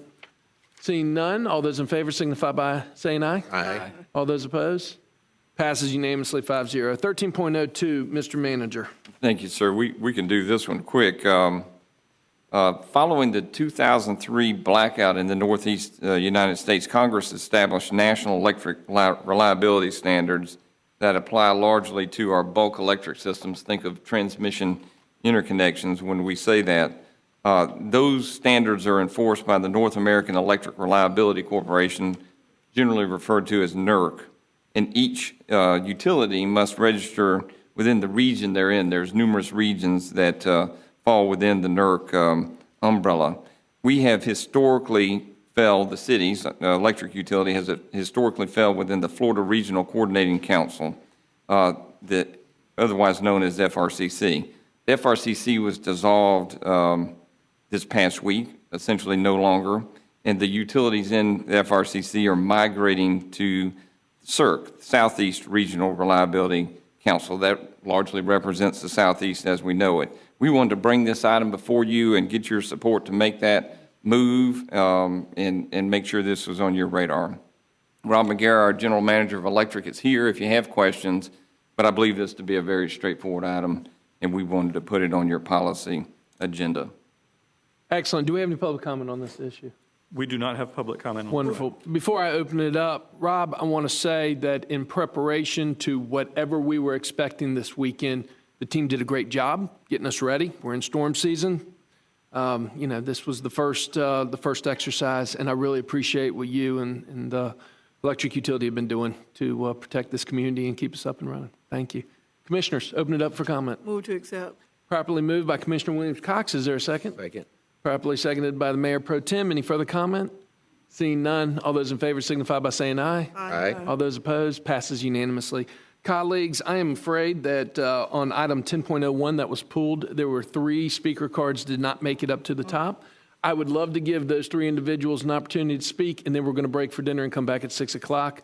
We'll have the public hearing, and then we will finish up general business after that. Is that okay with everybody? Yes. Wonderful. And again, let me apologize to the 3 individuals that we didn't get your card in time. At this time, The first speaker would be Shirley Bowie, Mayor. Okay. And, Ms. and that was my mistake on the cards. And just simply, no worries. So here they are. It happens. As you know, and we apologize, we obviously passed the motion unanimously, and we're excited about it, and I appreciate Mayor Pro Tem pulling it. But of course, we want to give you the opportunity to speak as well. Good evening. My name is Shirley Bowie. I live at 2121 Key Street in the Bond community. I am a product of the Bond community, and I'm here tonight to speak concerning the trees that everyone had time to talk about earlier. Now, Ms. Bowie, you know that I know. The issue that was being discussed is not on the agenda this evening, okay? I'm speaking in terms of the FAMU way. Please proceed. And how that would impact the Bond community. Please proceed. And I tied that in because I live in a shotgun house, the one in which I was raised. And I was a little upset to hear the concerns about trees when the homes have already been torn down, and where was the help then? What we're doing now is trying to improve the Bond community. We're trying to bring it up for the next generation and those that are presently living there. And as far as I can see it, we do not need those trees. We need to improve the FAMU way. Ms. Smith spoke about how many times we had accidents of cars going into ditches, canals really, on that stretch of road before it was improved. We're not looking at just improving FAMU way. We are looking at improving the Bond community and also improving the city of Tallahassee. One thing that I do like about the city of Tallahassee is that you don't just get up one day and decide we're going to do a certain project. You allow ample time for planning. You allow ample time for the citizens to speak on that topic and give their input. You develop surveys to get their input. You have people to go around in the community to get input. So time has already been given to that project and to that community. And growing up in Bond, that was really the Shingles Chicken Shack community. So time has been set aside for that. A decision has been made. And at this point, we need to move forward with the city of Tallahassee to improve FAMU Way, the Bond community, the Linear Park area as well. And I thank you for your time today. Thank you. Thank you. Our next speaker? Next, James Vaughn. Reverend Vaughn, good to see you, sir. Thanks for joining us. Thank you, Mr. Mayor. My name is James C. Vaughn, Jr. I pastor the Greater Mount Zion Primitive Baptist Church located at 1819 Saxon Street. I'm the treasurer of the Bond Neighborhood Association and also a member of the Community Action Committee. I want to take this time to say thanks to each of you for the Bond Linear Park grant that you gave the Bond community. Mr. Mayor and City Commissioner, I know there has been a lot of talk about the plan for the FAMU extension and the building of a stormwater pond adjacent to our community, the Bond neighborhood. Our community has numerous opportunities to provide input during the planning process for this project. While we realize that some trees will be lost as part of this project, we are fully supportive of the project as planned. We are so excited that this plan will allow for continued needed improvements that will positively impact our community. For example, this plan will give our community an opportunity to build new affordable houses in places of old dilapidated houses that are currently on this parcel. The Bond community is interested in bringing things up to standard by looking towards the future. We stand upon the words of the late Dr. Charles Kinsey Steele, who said, and I quote, "Our history and our hope are inseparable, but the hour is now is our present focus," end of quote. We want to implement what we have laboriously worked on in our Community First Plan. The FAMU Way extension complements our plan and allows certain elements of our plan to move forward. Yes, Mr. Mayor and City Commissioners, we do have a rich history in the Bond community that we are so proud of, but we're also concerned about moving forward with neighborhood improvements so as to maintain the same standard experienced by all neighborhoods in the city of Tallahassee. And finally, Mr. Mayor and Commissioners, I want to personally say thank you and to give my appreciation to your staff and the Southside Neighborhood Services offices. Thank you. Thank you. Thank you, Reverend. Our final speaker is Mr. Charles Thomas, I believe. I think it's Chamis Thomas. Chamis. Having a hard time reading the clerk's handwriting. I'm on a roll, Mayor. Hello. My name Hey, is Ms. Chamis, how are you doing? Chalmers Thomas, 2621 McCain Court, a resident, a longtime resident of the Bond neighborhood.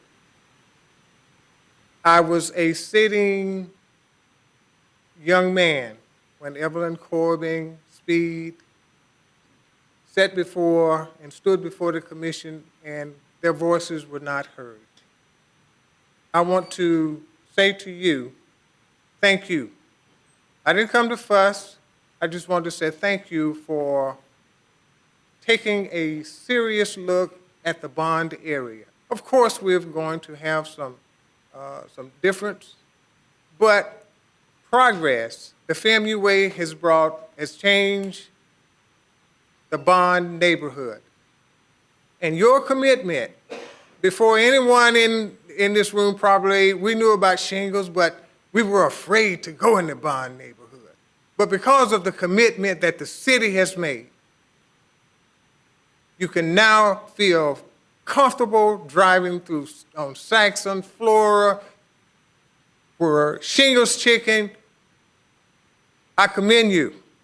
And I'm not just saying this just because, but I'm saying it because I've seen what the streets was like in the neighborhood.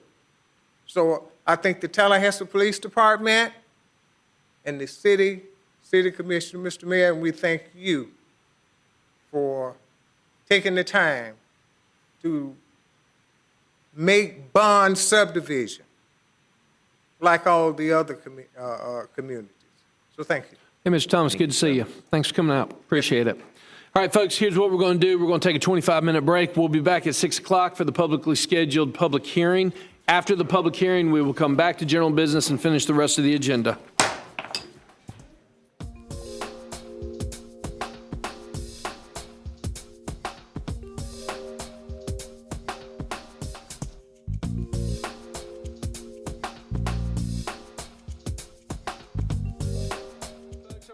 Back into order at 6 o'clock for the public hearing. We're on item number 15.01. We do have a quorum, Mr. City Manager.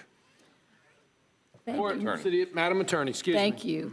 Item number 15.01, transmittal public hearing on a 2019 out-of-cycle comprehensive plan amendment. This is the public hearing on transmittal of a proposed comprehensive plan amendment to the Florida Department of Economic Opportunity and other agencies for review. The amendment relates to solar energy systems. This item requires approval by both the City Commission and the Leon County Board of County Commissioners. The Board of County Commissioners held a transmittal public hearing on this proposed amendment on July 9th. Staff are here to answer any questions. Do we have any public speakers, Mr. Clerk? We do not have speakers. Commissioners, any comment, motions? Commissioner Bryant moves staff recommendation, seconded by Commissioner Williams-Cox. Seeing no further comment, all those in favor signify by saying aye. Aye. Passes 4-0, passes 5-0. We are on item number 15.02. Madam Attorney. Thank you. Item number 15.02, first and only public hearing on ordinance number 19-0-23, an ordinance of the City of Tallahassee, Florida, amending Section 6 of the Charter of the City of Tallahassee to annex within the corporate area of the City of Tallahassee, Florida, upon adoption of said ordinance, property being situated in Leon County, Florida, in accordance with the voluntary annexation provisions of Section 171.044 Florida statutes, providing for severability, conflicts, and an effective date. Mr. Clerk, do we have any public speakers? No speakers, Mayor. Commissioners, comments, motions? Move the item, Mr. Mayor. It's been properly moved by the Mayor Pro Tem for staff recommendation, seconded by Commissioner Matlow. Seeing no further comment, all those in favor signify by saying aye. Aye. All those opposed, passes 5-0. 15.03, Madam Attorney. Item number 15.033, first and only public hearing on ordinance number 19-0-24, an ordinance of the City of Tallahassee, Florida, amending Section 6 of the Charter of the City of Tallahassee to annex within the corporate area of the City of Tallahassee, Florida, upon adoption of said ordinance, property being situated in Leon County, Florida, in accordance with the voluntary annexation provision of Section 171.044 Florida statutes, providing for severability, conflicts, and an effective date. Do we have any speakers, Mr. Clerk? We do not. Comments, motions, colleagues? Move the item, Mr. Mayor. Second. It's been properly moved by the Mayor Pro Tem, seconded by Commissioner Williams-Cox. Seeing no further comment, all those in favor signify by saying aye. Aye. All those opposed, passes unanimously 5-0. The next item, please, Madam Attorney. Item number 15.04, first and only public hearing on ordinance number 19-Z-08, an ordinance of the City of Tallahassee, Florida, amending the Appalachia East Phase 2 Plan Unit Development Concept Plan on the official zoning map of the City of Tallahassee, adopted and established by the City Commission, providing for conflicts, providing for severability, and providing an effective date. Do we have any speakers, Mr. Clerk? We have no speakers on this item. Colleagues, questions, motions, statements? Move the item, Mr. Mayor. It's been probably moved by the Mayor Pro Tem, seconded by Commissioner Bryant. Seeing no further comment, all those in favor signify by saying aye. Aye. All those opposed, passes unanimously 5-0.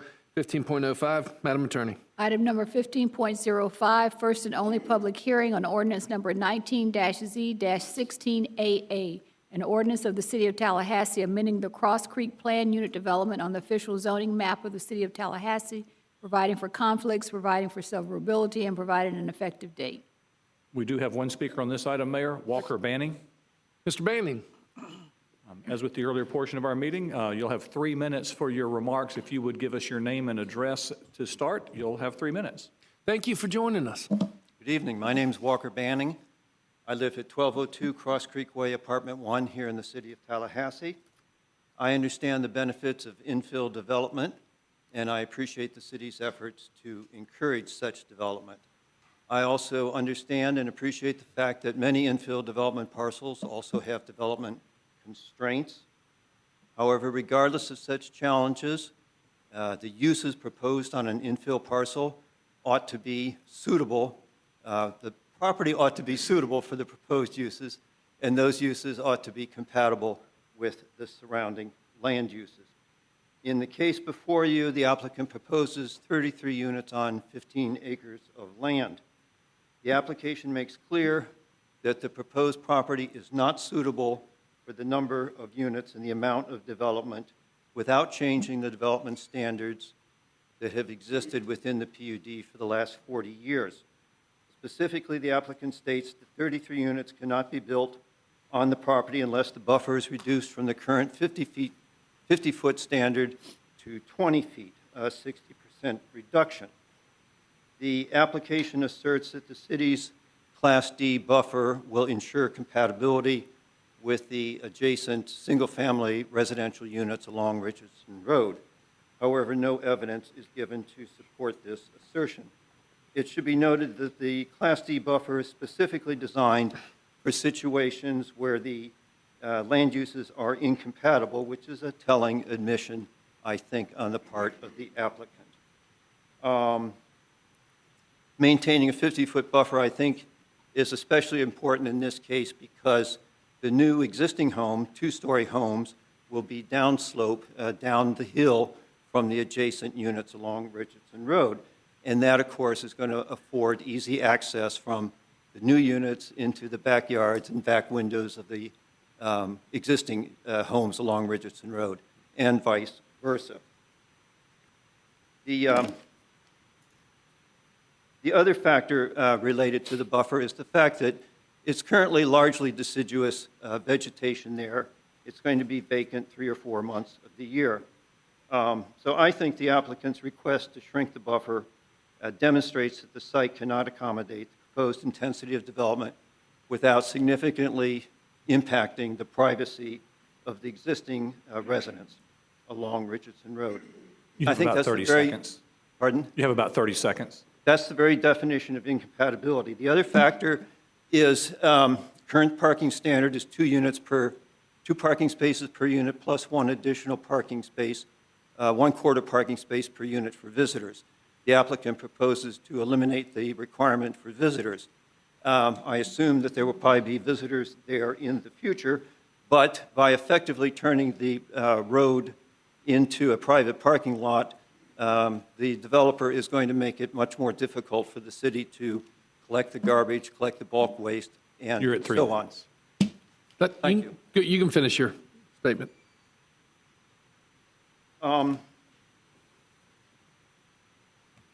Okay, that was the parking standard.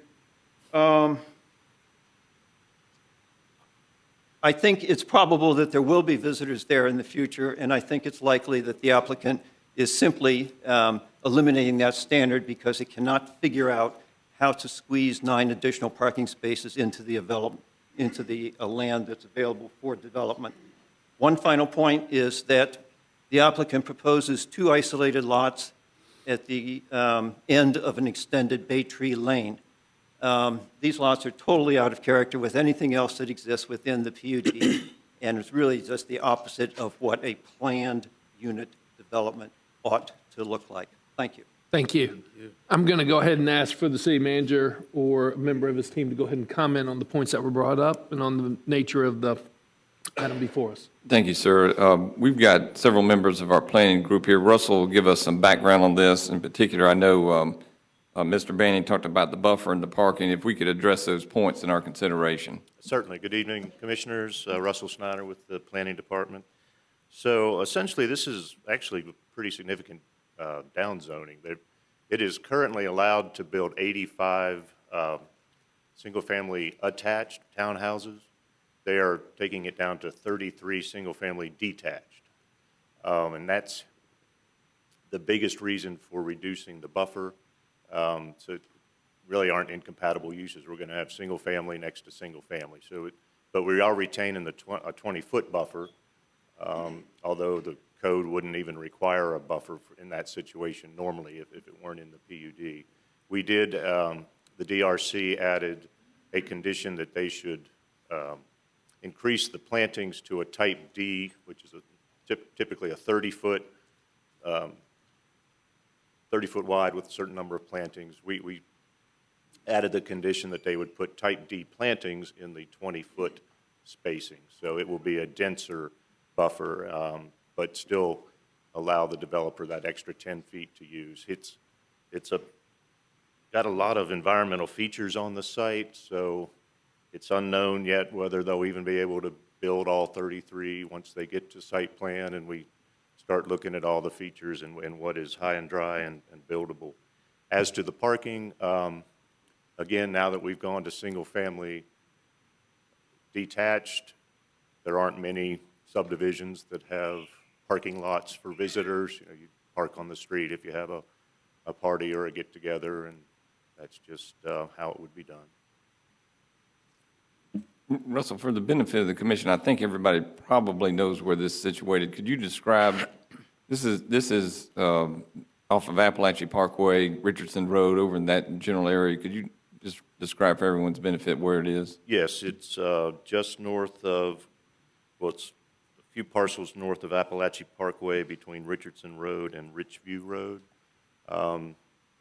Most of it has already been built, but like I say, they've had trouble developing this area because of the environmental features. At one time, they had a site plan for 60-some townhouses, weren't able to get it done, and now they've come back with the idea to do the single-family detached. So let me get this straight. They pretty well figured out that they couldn't build the townhouses because of the environmental constraints. So they want it downsized to do single family to be able to work within the environmental constraints on the property. Correct. And as a result, they're taking the buffer from 50 down to 20. Yes. Could they do the well, I guess you haven't gotten to the planning part of it, but is it possible to keep the buffer at 50? It could be. We'd have to get into the details of the environmental features. Okay. That would be very, you know, there's nothing in the code that we don't have a 50-foot buffer. And this is an old PUD. It was 1973, I believe. Okay. Okay. And from the parking perspective, I'm assuming that since it's single-family detached, that they will each have a driveway. Correct. Okay. Any other comments or questions from my colleagues? Commissioner Williams-Cox. How you doing, Russell? Hi. Long time no see. Having served on the Planning Commission before, this sounds very familiar. Even though the requirement is not for a 50-foot buffer, from what I'm understanding, the plantings that's being advocated for would help to provide more buffer anyway. Is that correct? Correct. It'll be thicker vegetation. Thicker vegetation. So I think, you know, that's a concession that we could consider to help provide that additional buffer as opposed to doing the 50-foot buffer. That's what the DRC recommended in the Planning Commission. Okay. Commissioner Bryant. Follow-up question. Are there other single detached homes that have parking spaces for visitors? If we look through that entire area, will this be a part of the norm or will it be an exception?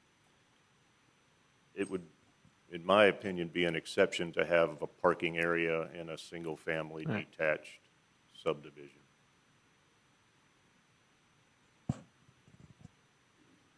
Okay. All right. Any further comment, motions? I move the acceptance of the staff recommendation. It's been properly moved by Commissioner Williams-Cox, seconded by the Mayor Pro Tem. I would encourage staff, lacking any specifics, moving forward with the buffers, that we do work with the neighborhood as much as we can to come to a happy agreement, if possible. All those in favor signify by saying aye. Aye. All those opposed, passes unanimously 5-0. We are on to the next item. Item number 15.06, the first and only public hearing on ordinance number 19-Z-17, an ordinance of the City of Tallahassee, Florida, designating and including additional territory as an in general commercial C2 on the official zoning map of the City of Tallahassee, adopted and established by the City Commission, providing for conflicts and severability, and providing an effective date. Do we have any speakers on this item? No, sir. Colleagues, questions, comments, motions? Move acceptance. It's been properly moved by Commissioner Williams-Cox, seconded by the Mayor Pro Tem. Seeing no further comment, all those in favor signify by saying aye. Aye. All those opposed, passes unanimously 5-0. I do believe that that is the end of the listed business under the public hearing. Do we have any other business before the public hearing? Seeing none, we're going to go back to general business. We are now on item 13.03. Thank you, sir. I'll invite our director of our airport, David Pollard, forward to answer questions we might have on this item. But this item involves the issuance of complimentary parking passes at our airport. And historically, those have been provided to local officials, city commissioners, county commissioners, other elected officials, and members of that group, and which is consistent with other airports around the state and the country. This topic came up last year, and we reviewed it. We do not have a policy as it relates to that. This was a practice. We wanted to find out what others were doing. David and his staff did a thorough job of discovering that it is generally the case where airports provide this this complimentary parking. However, policies aren't the norm, so it varies widely in terms of who the complimentary parking applies to and how it's effectuated. Given that uncertainty, what we would like to do and what we're asking your permission to do is discontinue the complimentary parking program, implement a policy that's very explicit as to who receives free parking. An example would be David and his staff. Of course, we would find that appropriate. That's what's in front of you tonight. There's been a lot of work that's gone into it, and David's here to help answer any questions. Do we have any public speakers on this item? We do not. All right, David, I want to personally thank you and the city manager for addressing this issue. I brought this to your attention that I thought that we need to tighten this up. We need to look at our parking situation because this could be a problematic area, and I appreciate you moving forward. If the will of the board is to move forward with a very strict policy, please take into consideration all your contractual relationships, whether it's with the airlines and the pilots. And I know you know better than anybody how that works, but I think you know the intent of the item before you today. Yes, sir, Mayor. We've got very specific criteria that we would be looking at. Okay. Commissioners, comments, questions, motions? First of all, I would like to Williams-Cox. congratulate our new airport director. Congratulations. Thank you very much. And I would move acceptance of the recommendation. Staff recommendation's been properly moved by Commissioner Williams-Cox. I will second it as mayor. Any further comment? Seeing none. All those in favor signify by saying aye. Aye. All those opposed, passes unanimously 5-0. Mr. Manager, 13.04. Thank you, sir. This item involves the sale of 2.21 acres to Duke Energy. It formerly was a Talcon substation the city of Tallahassee acquired. This property was part of a Talcon substation that the city acquired. It is not necessary for the operation of our business. We put an invitation for bid out, and Duke Energy was the high bidder at $200,000. We recommend approval of this transaction.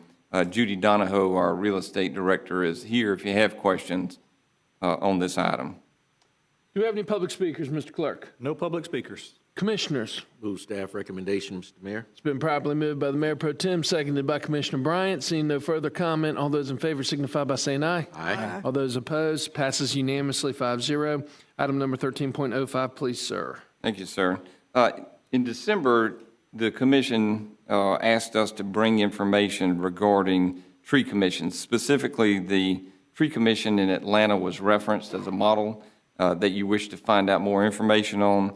Since that time, our planning group that includes our urban forester, Mindy Moorman, has worked to put together information about what we do here locally, our Canopy Roads Committee, our land code, all of the things that go into our preservation of trees and the forestation of our city. It's quite extensive, and Mindy is here if you would like to share more information and overview on this item. Mr. Clerk, do we have any more speakers on this item? We have no more speakers on this item. Excellent. Commissioners, colleagues. Commissioner Matlow, this is, you originally brought this to us. Why don't you open this up for conversation? Yeah, absolutely. I have some comments on what was made earlier. Should we save those for unagended speakers that aren't specific to the item? Yeah, let's speak, Okay. let's speak specifically to the item. Okay. Mr. Mayor, I will say that I have a speaker card from Kim Ross that was marked for unagended business. This may be the item she wanted to speak on. Nope. No. Okay. Excellent. Thank you. Okay, so just on the item specifically, and I think it's probably of interest to people who are here today, just on what the current process is and the policy. In the event we're in a situation, I think that we are in, there's a new development or city project that wants to remove a 77-inch tree. What would be the process that you would have to go through to do that? Tree permitting is done through the Growth Management Division, so that you would apply for a permit in growth management. In the agenda item, it lists all the protected tree regulations, so which are our protected trees. On all properties, a 77-inch live oak would be a protected tree, so you need to meet criteria to remove that tree. That's all listed here in the agenda item, and I can read that off: safety, hazard, disease or pest infested, good forestry practices, and reasonable and permissible use of property. So you need to meet one of those criteria in order to remove that tree. Okay, and just for people in the audience, who would be a good person to contact to find out more information about what would be permissible? And That would be the Growth Management Growth Department. Management, okay. Thank you. Excellent. Any further comment? Commissioner Williams-Cox. This information is effective with the acceptance of the urban forestry plan that we did, was in December, correct? The tree protections that are in code right now predated the Urban Forest Master Plan. Master Plan did recommend some evaluation and update of the code. Any other comments, questions? Mayor Pro Tem moves acceptance of option number 1, staff's analysis. Properly seconded by Commissioner Matlow. All right, any further comment? Seeing none. All those in favor signify by saying aye. Aye. All those opposed, pass unanimously, 5-0. 13.06, Mr. Manager. Thank you, sir. In 2017, the City Commission directed staff to work with Purpose-Built Communities Incorporated to implement a community revitalization plan for our South City neighborhood. A key element of the purpose-built model is the creation of a local community quarterback organization, which you've heard about just a couple of months ago and gave some feedback. South City Foundation is structured as the community quarterback, and seeking public and private sector funding support. The commission directed the foundation to seek matching funds for the city's request and to enhance community outreach and engage Leon County schools as a condition for the city funding. You will recall that. Leon County Schools clearly is a critical partner in what I would describe as a three-legged stool in the success of a purpose-built community which is predicated on housing, education, and health care. The foundation has taken actions per your direction, and staff is recommending to execute a funding agreement for the $100,000 that you set aside in your budget workshop. Michael Parker has worked hand in glove with the group. He's here to answer questions that you might have on this item. Mr. Manager, do you have an update on the action that was taken by the county last night? The county approved $75,000 support for this project last night. Okay. Michael, for added clarity on that, I believe the county's recommendation was for $75,000 in funding and then to recommend $25,000 from, if approved, the Children's Services Council. That's correct. It would make up the full $100,000 that was originally requested. Thank you. Sounds great. Thank you. Do we have any speakers, Mr. Clerk? No, sir, not on 1306. Let's open it up for discussion. Commissioner Williams-Cox. Thank you, Mayor. In light of the county's action last night, I think that it behooves us as a city to move forward with what is planned here. I would, however, like for the city manager to enter into some agreement with Purpose Built, because I want to make sure that we're monitoring this very carefully, because these dollars that have been requested are salary dollars. They're not service dollars. So if we're going to participate in the salary of the executive director, we need to also participate in the performance and progress of this project so that we can show the citizens what we allowed $100,000 to produce. And I've spoken with several members of the board, of the Purpose-Built board, and they know what I'm looking for.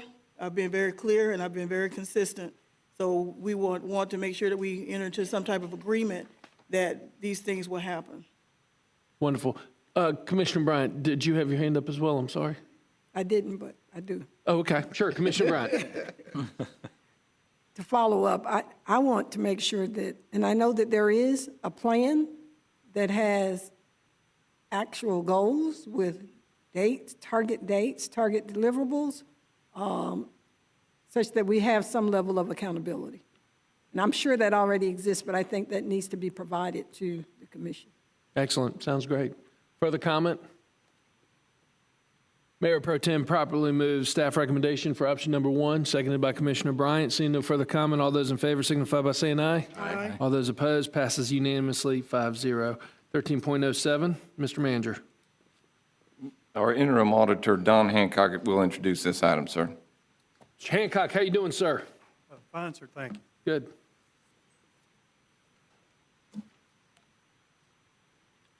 Mr. Mayor and Commissioners, the city's external auditing services contract recently expired, creating the need for the award of a new contract.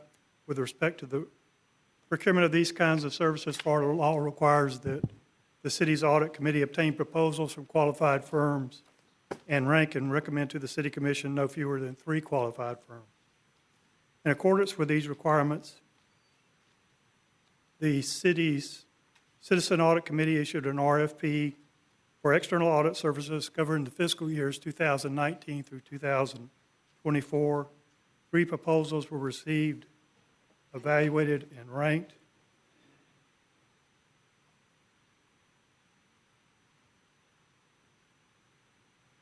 Apologize, we're pulling the slide.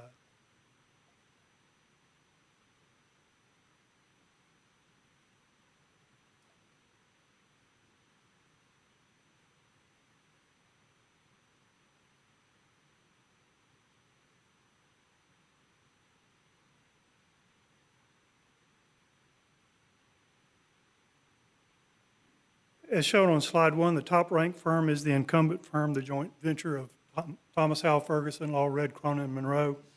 The second-ranked firm is Moore Stevens Lovelace, and the third-ranked firm is Carr Riggs and Ingram.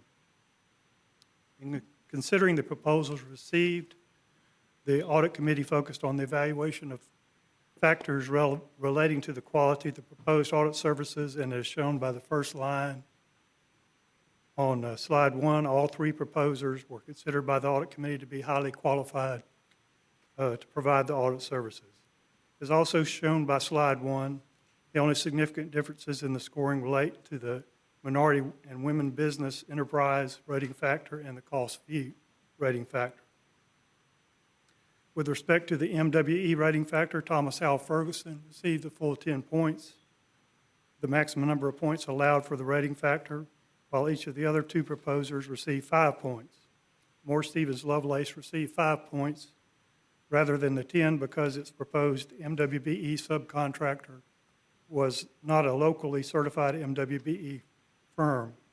Carr Riggs and Ingram did not receive the full 10 points because the firm did not include in its MWBE plan provisions explaining how the firm was going to monitor compliance with the MWBE participation requirements. It is notable that Carr Riggs and Ingram disagreed with the scoring of the MWB proposal and filed a protest of the recommended award. The firm asserted that its response met the requirements of the scoring category, and the firm should be given the maximum number of points for that category. On June 12, 2019, the city's hearing officer denied the protest and leaving the MWBE scores unchanged. With respect to the cost fee factor, as shown in slide 2, the cost fees specified in the Thomas Howell Ferguson, Law Red, Cronin, Monroe response significantly exceed the fees offered by the other responding firms. More specifically, the cost fees proposed by the top-ranked firm exceed the fees proposed by the second-ranked proposer by approximately $565,000 over the 6-year term of the contract, and the cost fees proposed by the third-ranked firm by 23%, or $306,640. In reviewing the RFP responses, it was noted that consistent with its larger fee, Thomas Howell Ferguson, Law Red, Cronin, Monroe had also budgeted more hours, significantly more hours for the work. Mr. Mayor and Commissioners, Florida law requires that the audit committee present to you the ranking and recommendations produced through the application of the statutory process. Then, following receipt of the committee's ranking and recommendations, Florida law requires that the commission select the highest ranked qualified firm or document in its public records the reason for not selecting the highest ranked firm. So while the law requires the committee to recommend the top-ranked firm, the commission may, with appropriate justification, select another qualified firm, should that be in the best interest of the city. With that in mind, we have for your consideration the following options shown on slide 3. Option 1 involves the City Commission's approval of the Audit Committee's ranking and recommendations and the authorization of staff to enter into a contract with contract negotiations with a top-ranked firm. That would be Thomas Howell Ferguson, Law Red Cronin Monroe. Should those negotiations be unsuccessful, staff would be authorized to negotiate with successive firms until a contract can be negotiated. If the contract is successfully negotiated, the city manager or his designee would be authorized to execute the contract. The approval of this option would follow the ranking and recommendations produced by the Audit Committee's application of the required statutory process. Option 1 also ensures the receipt of quality external audit services. However, as discussed earlier, the proposed fees paid under this option would be more than the proposed fees paid under by those proposed by the other two qualified firms. Option 2 involves the Commission's approval of the Audit Committee's ranking and recommendations for the RFP and the authorization of staff to enter into contract negotiations with the second-ranked firm. That would be Moore Stevens Lovelace. Should those negotiations be unsuccessful, staff would be authorized to negotiate with a third-ranked firm, and if a contract is successfully negotiated, the city manager or his designee would be authorized to execute the contract. Option 2, like Option 1, ensures the receipt by the city of uninterrupted quality external audit services, but at a fee lower than that proposed by the top-ranked firm. However, under this option, contract is awarded to a firm other than the top-ranked firm. Also, while a lower fee is offered, the second and third-ranked firms receive less than the maximum rating points available for the MWBE rating factor. We've also presented Option 3. Under Option 3, the Commission would direct the Audit Committee to issue a new request for proposals.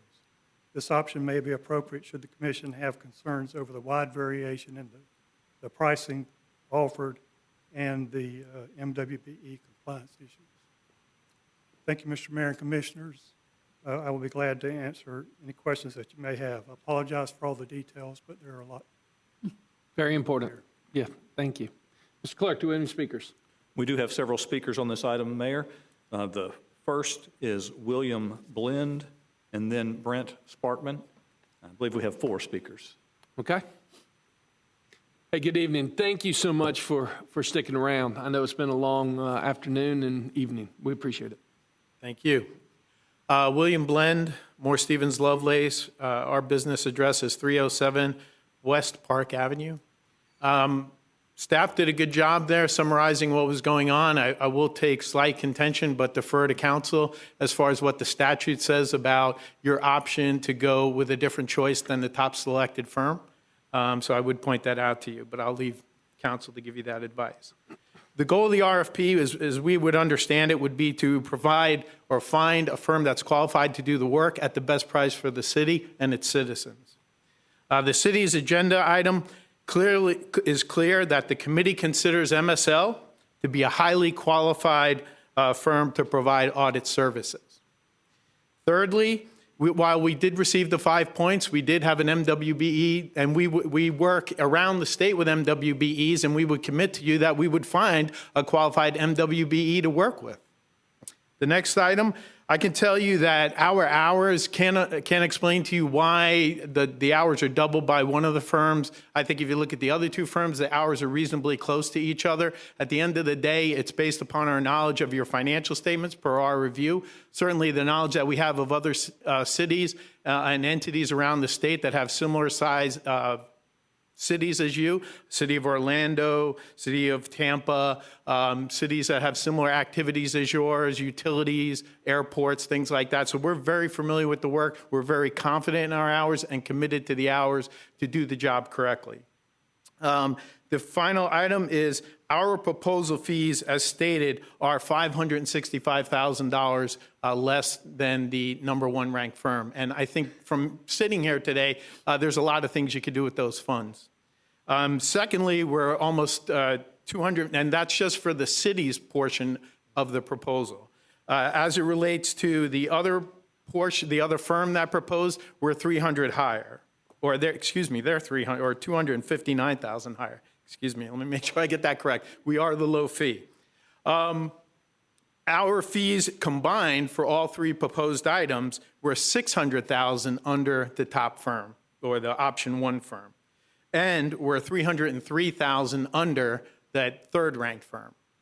So my point is, why would or should the city pay more for getting quality audit services? We're clearly qualified. Your committee that you selected to select or review our proposals identified us as that. You have about 30 seconds. Understood. And finally, I would ask that you vote option 2. Thank you. Thank you. Next speaker is Brent Sparkman, followed by Michael Carter. Mr. Sparkman, thank you for sticking around and joining us. All right. Brett Sparkman, Car Riggs and Ingram, 2633 Centennial Boulevard. Hey, Mr. Blend, thanks for being here. What the real issue is, and that Mr. Blend did not focus on enough, is there is a real flaw in this process, specifically in the scoring of the MWBE area. You had one individual from the Office of Economic Vitality that looked at 2 pages of a 60-page proposal and determined that Car Riggs and Ingram's plan for to monitor their MWBE wasn't sufficient. However, in sections 3 and 4, we spend numerous pages talking about our plan to monitor our MWBE. There's a real problem there with that scoring. Let me tell you, let's talk about Moore Stevens Lovelace. Specifically, since they're here, whether they like this or not, or if it helps them, they may like it. They received 5 points rather than 10. I'm reading from Mr. Hancock's words. He did a nice job summarizing the issues. Because it proposed MWBE firm was not a certified MWBE firm. Now, wait a minute. First of all, a firm of that caliber made that big of a mistake? You've got to scratch your head and say, wait a minute, something doesn't make sense. Secondly, if they proposed an MWB firm that is not certified, how do they get any points? Shouldn't that disqualify them from getting any points? The difference in the scoring between all 3 firms from high to low is 3.13 points out of 100. If all 3 firms get 10 points for the MWBE section, which I would suggest they should have, your first-ranked firm goes to last. Unfortunately for me, who I represent, Car Riggs and Ingram, we go to second. So really, who am I here, arguing for, except for the citizens of Tallahassee, because something is flawed in this process. And this isn't the first time that the city of Tallahassee has gotten a bad rap for a flaw in their procurement process. I'm recommending option number 3. 3 or 4? 3. To throw them all out and ask for new proposals.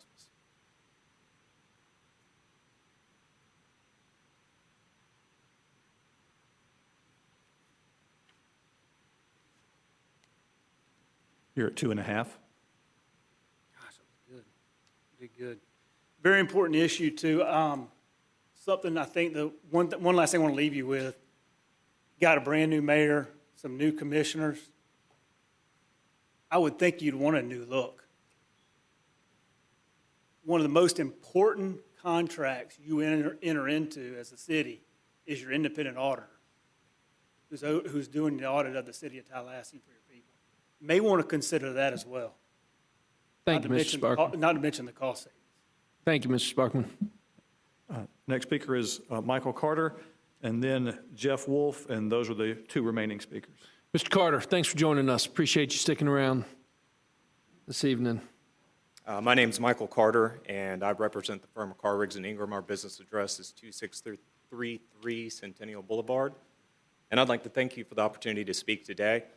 Obviously, my interest is Carr, Riggs, and Ingram, and I follow Brent Spartman, my partner. I am the audit partner at Carr, Riggs, and Ingram, and I'm the one who spent a good deal of time writing that proposal that hopefully you have taken a look at this point.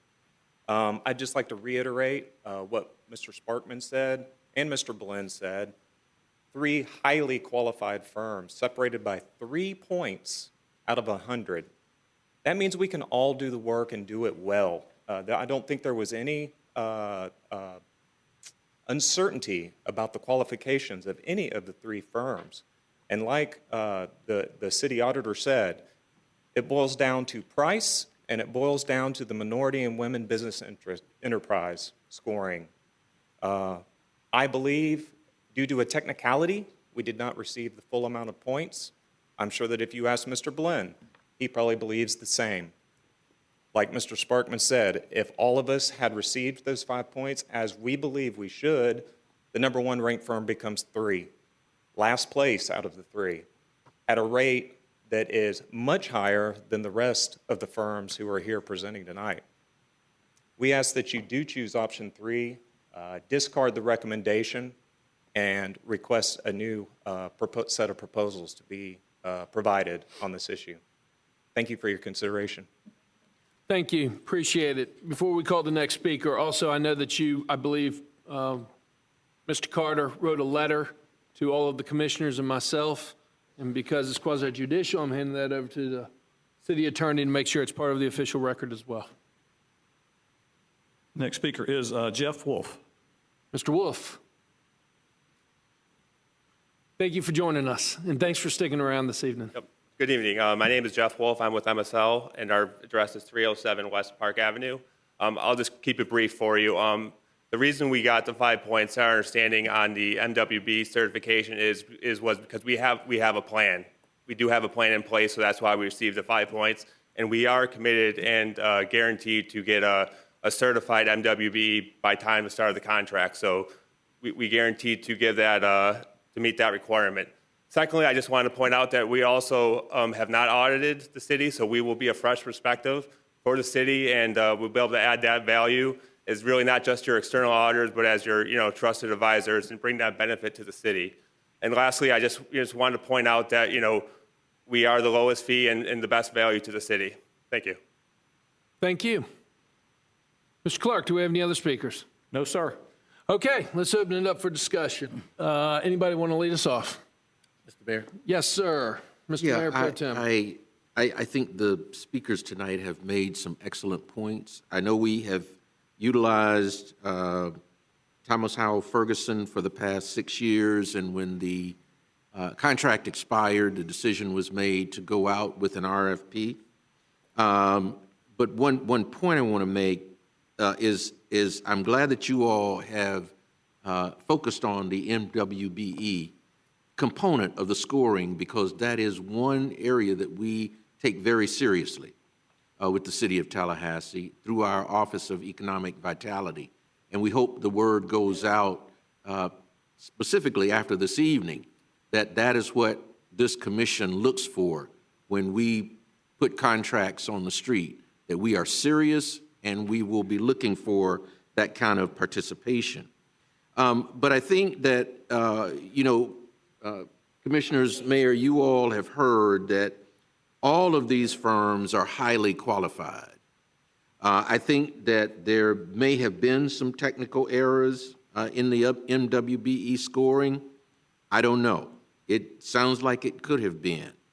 But what I'm concerned about more than anything is the cost fee and how much higher Thomas Howell Ferguson is, almost $600,000 higher than the second place firm of Moore Stevens Lovelace. And so I think that based on the comments that have been made, the concerns that I have with the price and maybe some of the issues with the MWBE scoring, I would move, Mr. Mayor, that we accept option 3 to not accept any of the current proposals and reissue the RFP for external auditing services. I will second that motion, and let me comment as well. Colleagues, this is one of the most important decisions that we can make. This is our external auditor, and this is a lot of money. And as we always do with every one of our processes, and by the way, let me personally thank everybody that served on the audit committee. Yes. This is not any one individual. Sometimes this just happens with the process. And I really appreciate the dedication that y'all put into it. However, there are questions about this process at the end of the process. We take great pride as a commission making sure that what we do is completely transparent, done above board, and done without any question whatsoever. We have 3 incredible firms, and let's face it, this is one of these where we all know personally somebody at all these firms. And so this is where sometimes we have to, we have to make sure that it is done right for the citizens. If we reject all the bids and start over, I do believe, and I'm looking at the interim auditor right now, that we could expedite this process and actually bring back a recommendation at our September meeting. Is that correct, sir? That would be the goal, yes. Okay, excellent. So I am going to second the motion and support the motion that we reject all bids, start over, have a clean process, and have have recommendations be brought back. Any other comment? Commissioner Matlow, Commissioner Bryant, and then Commissioner Williams-Cox. Madam Attorney, on the bid protest for monitoring the compliance, what was the result of that? Well, the determination on the bid protest is that when we looked at it, staff followed the proper process. There was ample notification throughout the RFP that you needed to respond in a certain place, and you need to say what you need to say in that place. So staff basically followed their normal processes, and we had no basis to overturn that. And here's my contention is we put processes in place for a reason, and there's certain times when we may want to step in and change that. I do think price to be fiscally responsible is one of those times when that is appropriate. But what I don't really agree with is throwing out and bidding it over in the exact same process without making any recommendations to the change in the process.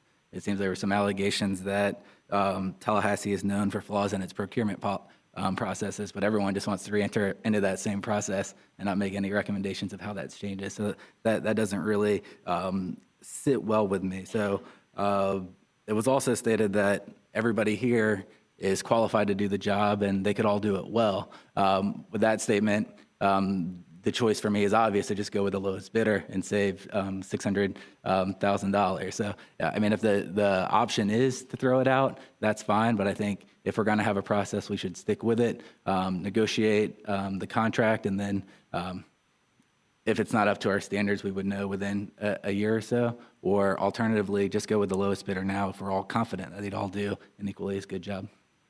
Good point. Commissioner Bryant? Yes, question. First of all, is the process laid out in our procurement procedures? Staff? The process is laid out in the RFP, so it is well known, but I think one of the things that might be helpful in this particular instance is to have a pre-bid conference so that everybody is very clear on, we can be assured that everyone is very clear on what the process is. That's the direction I was going in. So I don't mind starting over, but I think we should not start over and do the same thing and expect a different result. So the pre-bid conference would posture us to be better informed and for them to be better informed regarding the specifics of this process. Commissioner Williams-Cox?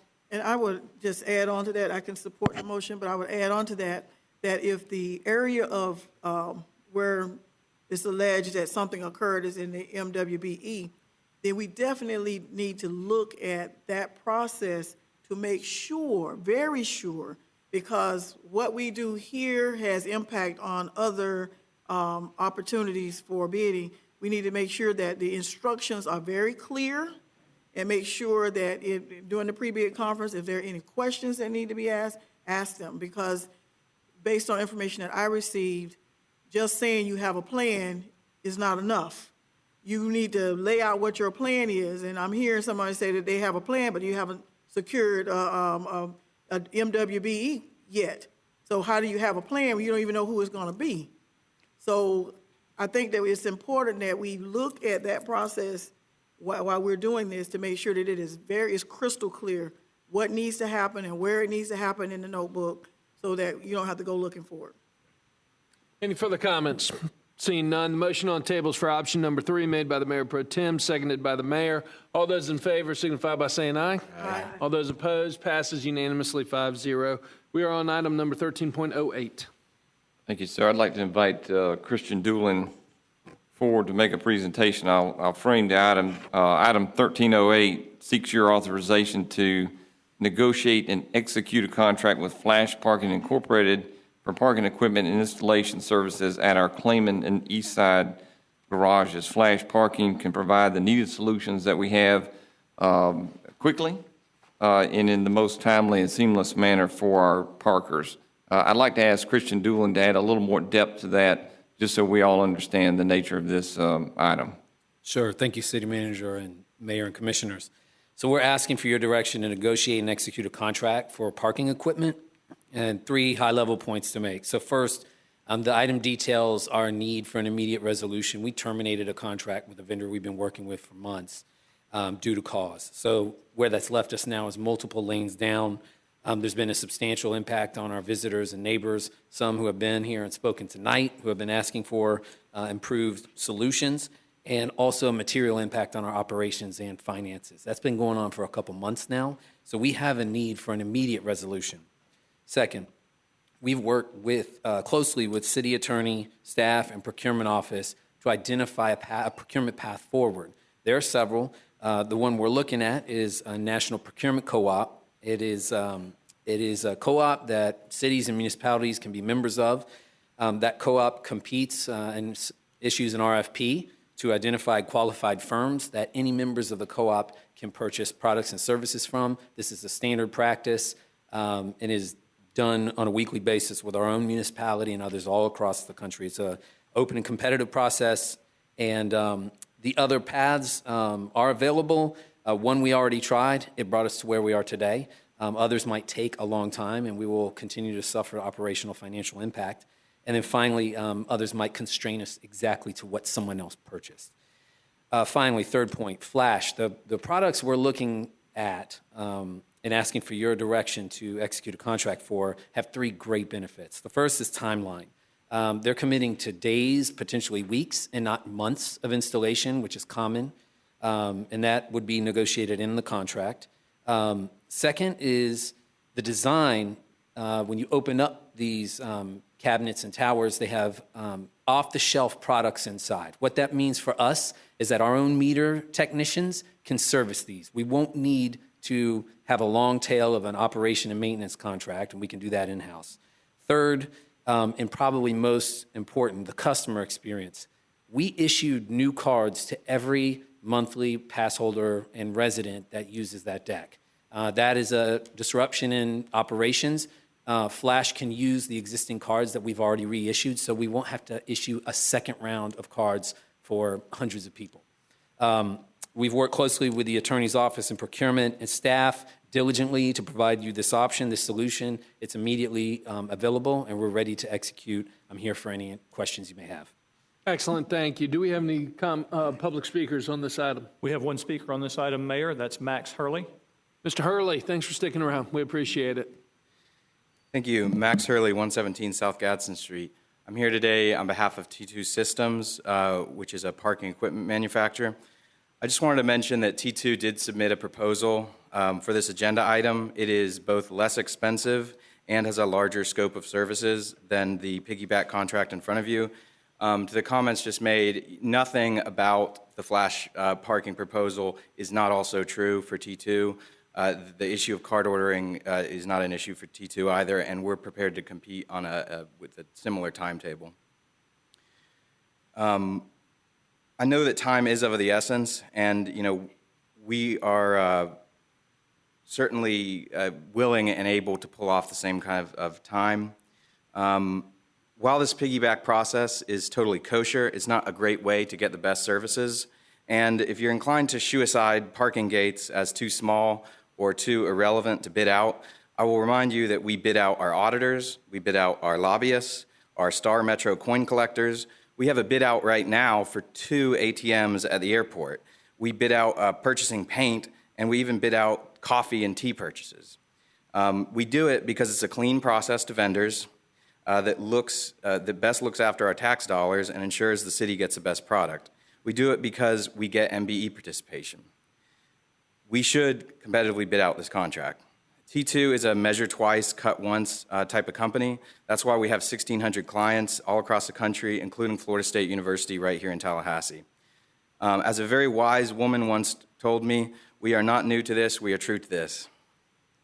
While this procurement time period would be a short delay, we believe it's important to have a public vetting process and an RFQ that will allow that the gates properly work for both next month, next year, and 10 years after that. We hope to have your support issuing an RFQ and competitively awarding the contract in September to get the best product for the best price. Thank you. Do we have any other comments? No, sir. Let's open it up for discussion. Commissioner Williams-Cox. Christian, question for you.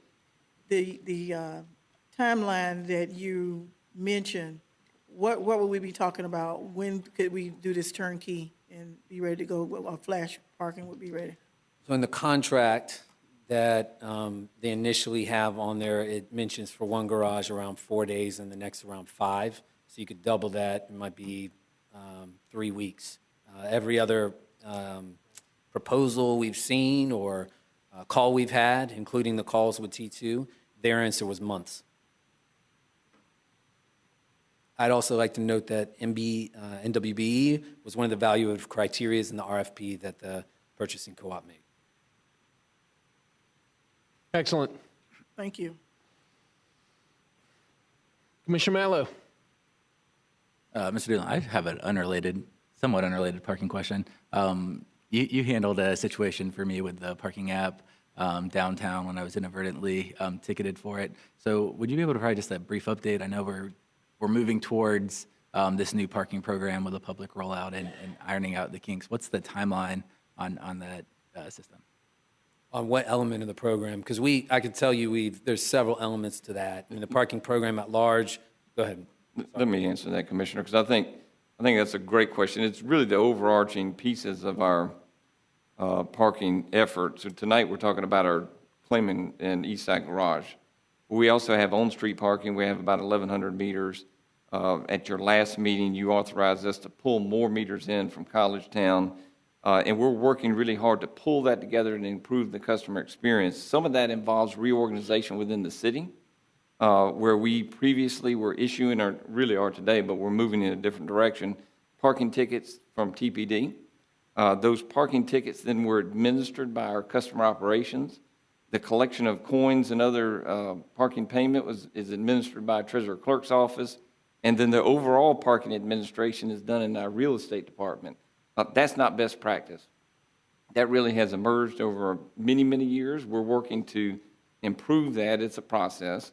And we're feeling those growing pains. And so next fiscal year, we're going to see some organizational changes to realign our functions. We've got that in motion. It's going to pull that customer experience together. It will be predicated based on the software solutions and the hardware solutions like we're talking about tonight for our garage. So we're really trying to, get some inertia, some momentum for next year. We talked a little bit about our parking revenues earlier in our budget meeting today. We think those will be improved, and we'll realize the full benefit of our parking apparatus with the ultimate goal of making it as easy as we can for our parkers and our citizens. Okay, thank you. Wonderful. Seeing no further comment, the Mayor Pro Tem. Move staff recommendation. Move staff recommendation, seconded by the mayor. Any further comment? Seeing none, all those in favor signify by saying aye. Aye. All those opposed, passes unanimously 5-0. Do we have any other business before us on general business? No, sir. All right, we are now on unagendaed business speakers. Is there anybody here in the audience that would like to speak on an unagendaed item that has not had the opportunity to speak yet? There is. Mr. Clark. On our unagendaed business, we have Jim King would be our first speaker, and then Nick Robinson will follow. Mr. King?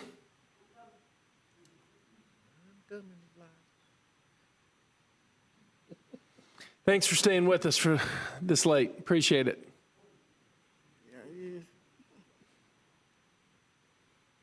Mr. King, your name and address for the record, please. You'll have 3 minutes. Thank you. I'm Jim King. Presently, I'm at 6650 Havana Highway. Going to be moving back to town soon. Since 1985, I've sold pumpkins and Christmas trees in this town, no matter what else was going on in my life. In 92, and since then, I've been in northeast Tallahassee along Thomasville Road, north of I-10.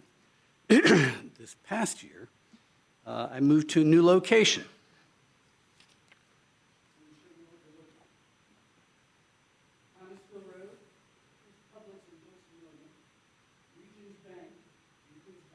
Mm-hmm.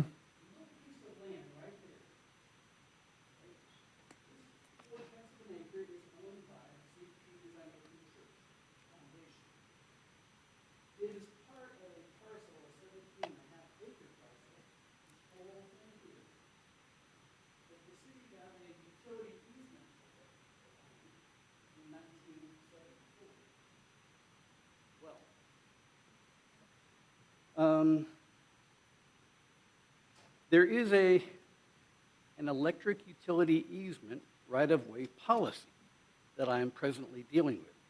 It's not law or code or ordinance. It's just what someone there wrote up. In January of this, at that site, Wesley Infinger, who's manager over there, suggested that I place my temporary structure that I had up this past year instead of underneath their high transmission lines, to do it parallel to them and just off to the side. I walked it off and it seemed like it could work out. I should point out that at the far end of that parcel, underneath the lines partially and right next to them, Utilities has a double-wide mobile home or office, basically. Senior planner John Reddick asked me, I'm going to run out of time here real quick. Keep going, please. John Reddick asked me, well, what do you really want to do? I started off that meeting by stipulating that, so it's agreed that I can do my temporary structure here as Mr. Infinger had suggested. He nodded yes. Reddick said, well, what do you really want to do? And I told him about how I'd like to build a permanent structure. I'm getting old, okay? Building a 5,400 square foot structure every year and then working 90 hours a week for 3 months, it's getting hard. Okay, so we talked about that. At the end of the meeting, Mr. Infinger made it real clear that he was opposed to any permanent structure, and he now was opposed to my temporary structure. I was shocked. I said, why are you opposed to what you suggested? You're at 3 minutes, just to let And you he know. said, well, that's because now I know what you really want to do. So apparently I'm being punished for having a dream. There are problems with this. Mr. King, I'm going to ask you to wrap up your thoughts, please. All right. Problem with this is the easement law, the utility easement law. I went to the library, I sent you all the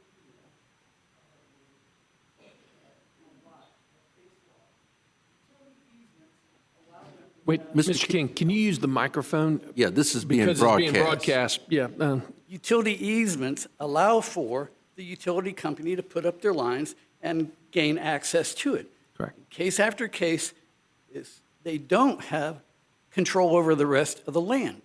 They do not get property rights over the rest of the land. There's a second problem. The city is planning on building right about here, a park. The city is going to build a pavilion. They're going to build splash pads. They're going to build kiosks. They're going to build a farmer's market. They're going to build a lot of stuff. As I told Mr. Infinger when he first came out to the land and I pointed to the trailer, I said, what's good for the goose is good for the gander. I should be allowed to have a business there, period. I should be allowed to build a business there. And if I meet the right parameters, some of which I'm still waiting to find out what they are from engineering, I should be able to have a permanent structure there as well. You're at 5 minutes. Okay, Mr. King, I tell you what, I was just telling the city manager, I'm familiar with you. You're a staple out there. You've been selling pumpkins and trees for a long time. Yes, okay? sir. And I'm asking the city manager to please sit down with you and his team to find resolution on this issue. The only day I'm unavailable is Monday from like 11 to 1. Any other time, I'll meet you. Thank you. That'd be great. I thought you were going to say Halloween and Christmas. Right. We'll see. I may be out of business. There you go. I understand the urgency because we're getting close to the season, and you need to be able to make plans moving forward. So, Mr. Manager, will you take that Yes, sir. opportunity We'll and sit touch down? base. And we'll sit down with you and Yes, sir. work this out. Mr. King, I got your email as well. You sent me a copy Yes, as sir. well. Yes, sir. I thank you all very much. Mr. King, thank you for sticking around till 7 o'clock this evening, and we appreciate it. We're going to work with you, okay? Great. Mr. Clerk. Next is Nicole Robinson, and then Kim Ross. Ms. Robinson, good to see you. Thanks for staying.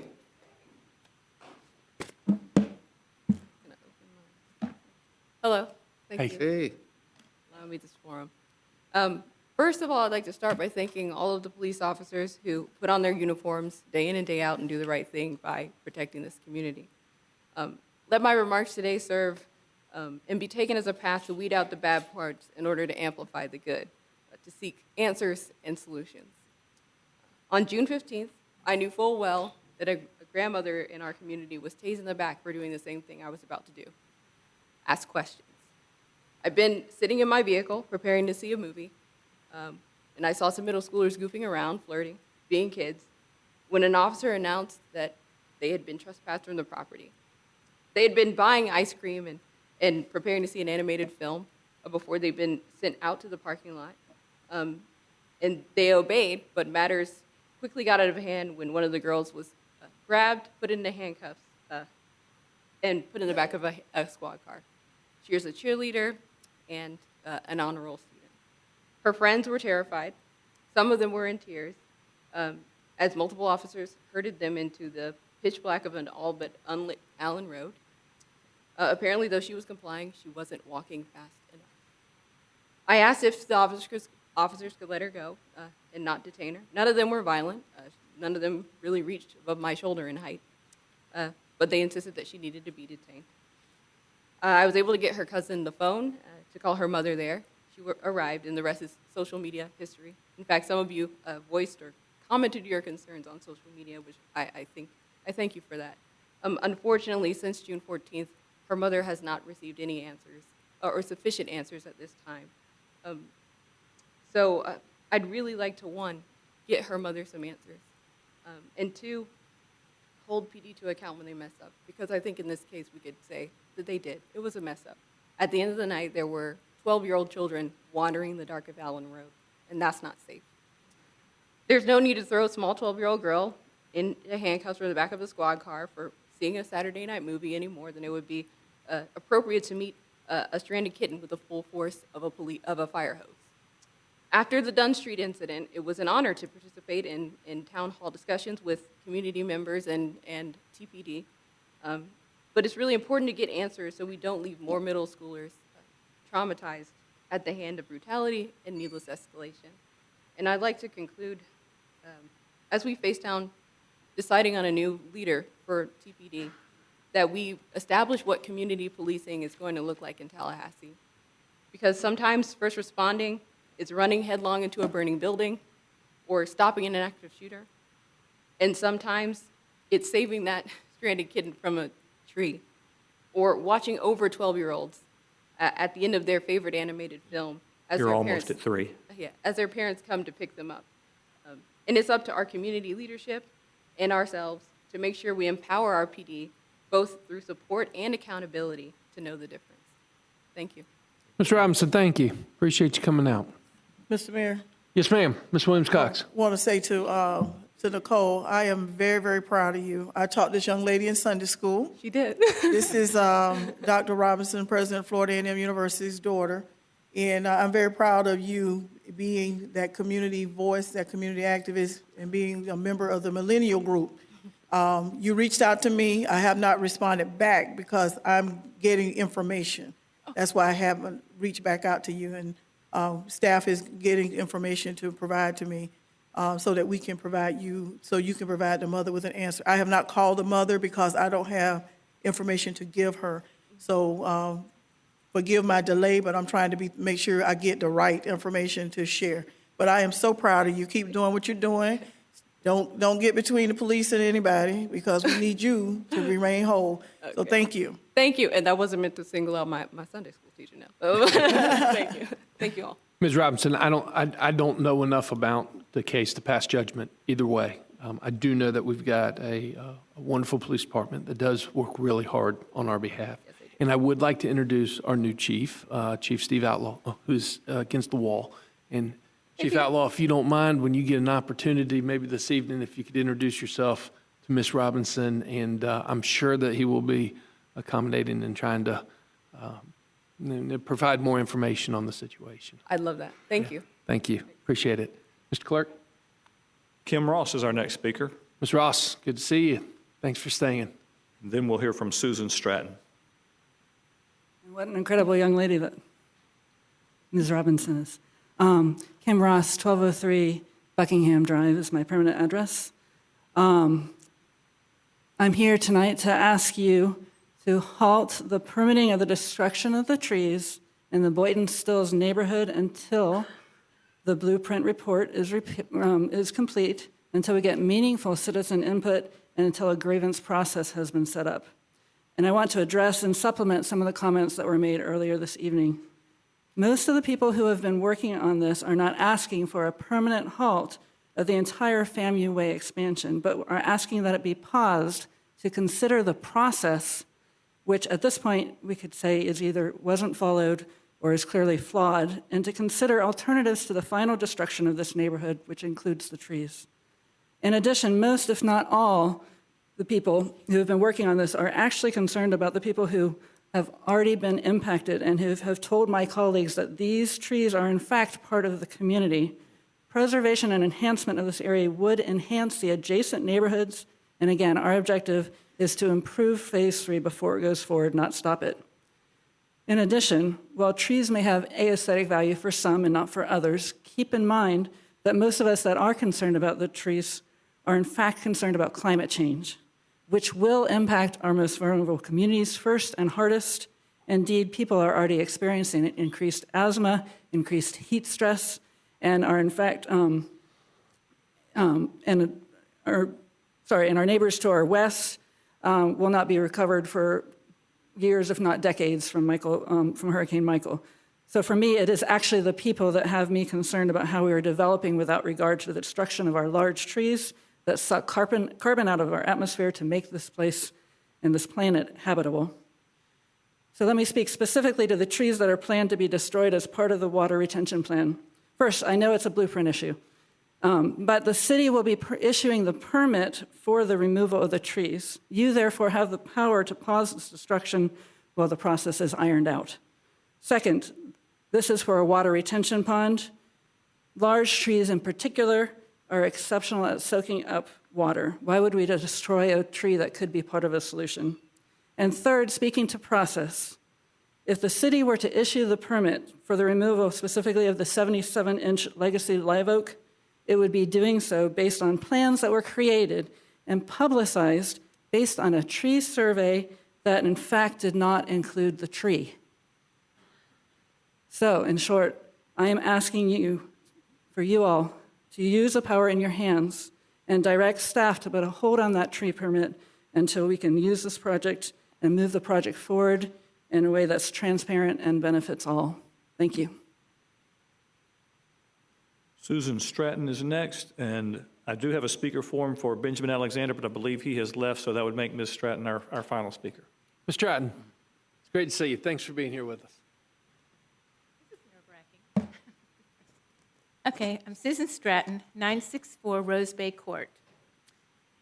The oldest tree in Texas is 500 years old, about the same age as our Benton oak that Blueprint proposes to tear down. It's not only older than the United States, the tree has been around longer than the plays of Shakespeare have existed. Texas DOT can reroute roads around their heritage oak. We should be able to do the same thing. Oaks are the souls of our city. This Benton oak, this tree was not supposed to be cut down. It was not on the tree survey done for Blueprint. This Tallahassee heritage oak has survived droughts, hurricanes, lightning storms, you name it, and it's still standing and in good health, according to arborist Bill Armstrong. Ponder a few minutes about the history that passed by these trees. Blueprint did not originally plan to destroy the trees, but after losing their battle with CSX Railroad over a grade crossing that would have made FAMU Way an alternative for Gaines Street, they realigned and made FAMU Way and made the grove of oaks around Shingles. Sorry, a little messy here. After gracing the community for centuries, it would be criminal to tear them down, even if replaced by nursery trees. Would you kill a giant sequoia, a redwood, take a highway through Muir Woods just because it was more convenient? No. Like the Blairstone extension, Blueprint can build the pond with an island or peninsula to save these beloved historic landmarks. In this time of climate change, why would this even be a consideration? Costs and convenience simply do not outweigh the value of these heritage oaks. How much could this cost? And delay, really? 500 years old, folks. Make the change. Save these majestic trees. Stand up for the right thing. Take more time before you destroy something that cannot be recreated. Let's be known for what we value. 500 years old, folks. Thank you. Thank you. Certainly appreciate it. Mr. Alexander here? All right, moving on for closing comments for the good of the order. Commissioner Bryant, we'll start with you and just work our way down. The only comment that I have tonight is to commend those persons who work in the water quality area. We received a report, I think, several weeks ago, and the water quality in Tallahassee still remains very good. So I would like to commend those persons who work in that area for a job well done. Commissioner Williams-Cox. I have two things that I'd like to bring to our attention. As the liaison from the City Commission to the Leon County Schools, we received some disturbing news recently about how we rank for FSA testing, especially for many of the Title I schools that are positioned around town. And what I have done is I've reached out to Dr. Michelle Gale to ask for either a schedule of training to become mentors or to schedule training to become mentors. And I'm encouraging our community to get on board and let's do something. Let's roll up our sleeves. Let's learn how to be mentors. Let's adopt schools. Let's go in and use our whatever time that employers will allow you to use to help our children. These are the next commissioners. These may be the next governors. These are definitely the people who are going to determine which nursing home we go to. And I want to make sure that they have good scores so that they'll be able to do good analysis to determine which nursing homes we should go to. So I'm encouraging us to listen out. As soon as I get that information from her, I will be sharing it. I'm asking the city manager, please ask your staff to join us in that. Commissioners, I'm asking you to join us in that, to go, let's go save some children in the school system. And I'm sure I saw school board member Darrell Jones here earlier. I know they would appreciate that. I also saw a program somewhere where instead of paying parking tickets, they allowed those individuals to buy school supplies and donate the school supplies to the school system instead of paying parking tickets. Now, I'm not saying that we need to do that all the time because that parking ticket money is probably pretty good money. But I think it would be good to designate maybe a month or so to collect school supplies coming up to the beginning of the school year to help these children in these Title I schools have good school supplies. And lastly, I am working with some local historians since we're real concerned about history. But what we're learning is that we don't really know our real history. So I'm working with Ms. Altamise Barnes, Mary May, Ms. Altamise Barnes from the Riley House, Mary May, who has written several books. Right now she's working on a book about World War I, and Gloria Anderson. These are local historians who can spout off whatever's has gone on in Tallahassee like the back of their hand. You wake them up 3 o'clock in the morning, they can tell you. And we're working together to do a living history lecture series on this coming Monday at the library downtown, program room A, from 11:30 to 1:30. It may not take all that time. And lunch is on me. It's open and free to the public, and I'm going to provide lunch for those who come. I want you to understand the first 100 years of Tallahassee and understand Emancipation Proclamation, that celebration, because some of us are celebrating a date that is a Texas date, which is Juneteenth. Well, the word got to Tallahassee on May 20th. It got to Texas on June 19th, and that's why they celebrate Juneteenth. But our celebration is May 20th, and so we're wanting to educate Tallahassee and the state of Florida as to why we celebrate March 20th as we work towards, hopefully, doing what Texas did and making May 20th a celebrated holiday. So again, I hope to see everyone at the library downtown from 11:30. Doors will open at 11:15. Come get your lunch and be prepared to learn. Thank you. Thank you. Commissioner Matlow. Thank you. First of all, I just wanted to invite everybody out to an event on August 4th. It's going to be at Tom Brown Park. It's just bringing the community together for a giant water fight of sorts, water wars. It's a community event, and we're going to be shooting a promo video for it on Friday at 1. We're also going to have a Dunk the Mayor tank. I'm in. Great. I'm in. Just throwing that at you. It should be a fun time, so if you can come up for the promo video. You don't have the arm, Matlow, to dunk me. That's all I'm saying. Bring your best. I got to use my left arm because I lost my right. You lost your right earlier. That's right. And secondly, I want to address the public comments that were made earlier. And first off, make sure everybody realizes the timeline of what is going to happen where we are now. So there's 2 separate projects. The FAMU Way extension, which is a city project, and those trees have been permitted for removal, I believe the end of this month or early in July.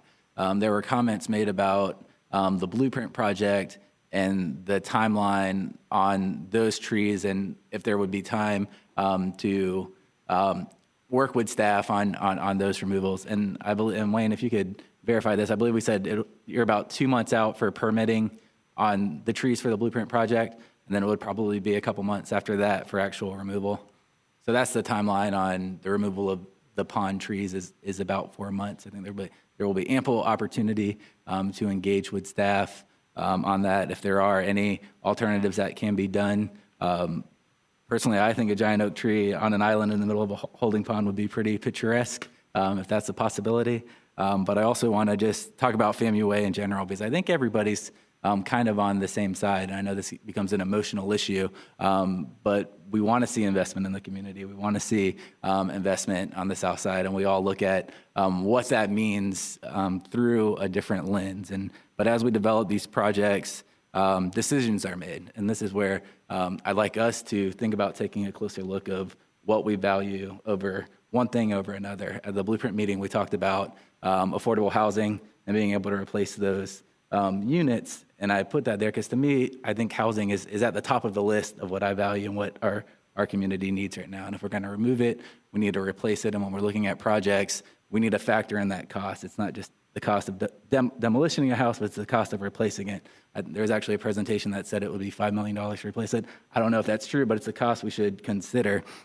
And then second for me would be our significant trees, the ones that are 77 inches or greater, and then after that would be somewhat of these industrial buildings that we see on sites. I know for the project we're considering right now, there's lots of industrial properties alongside that I don't think really are going to fit the character of what we're building.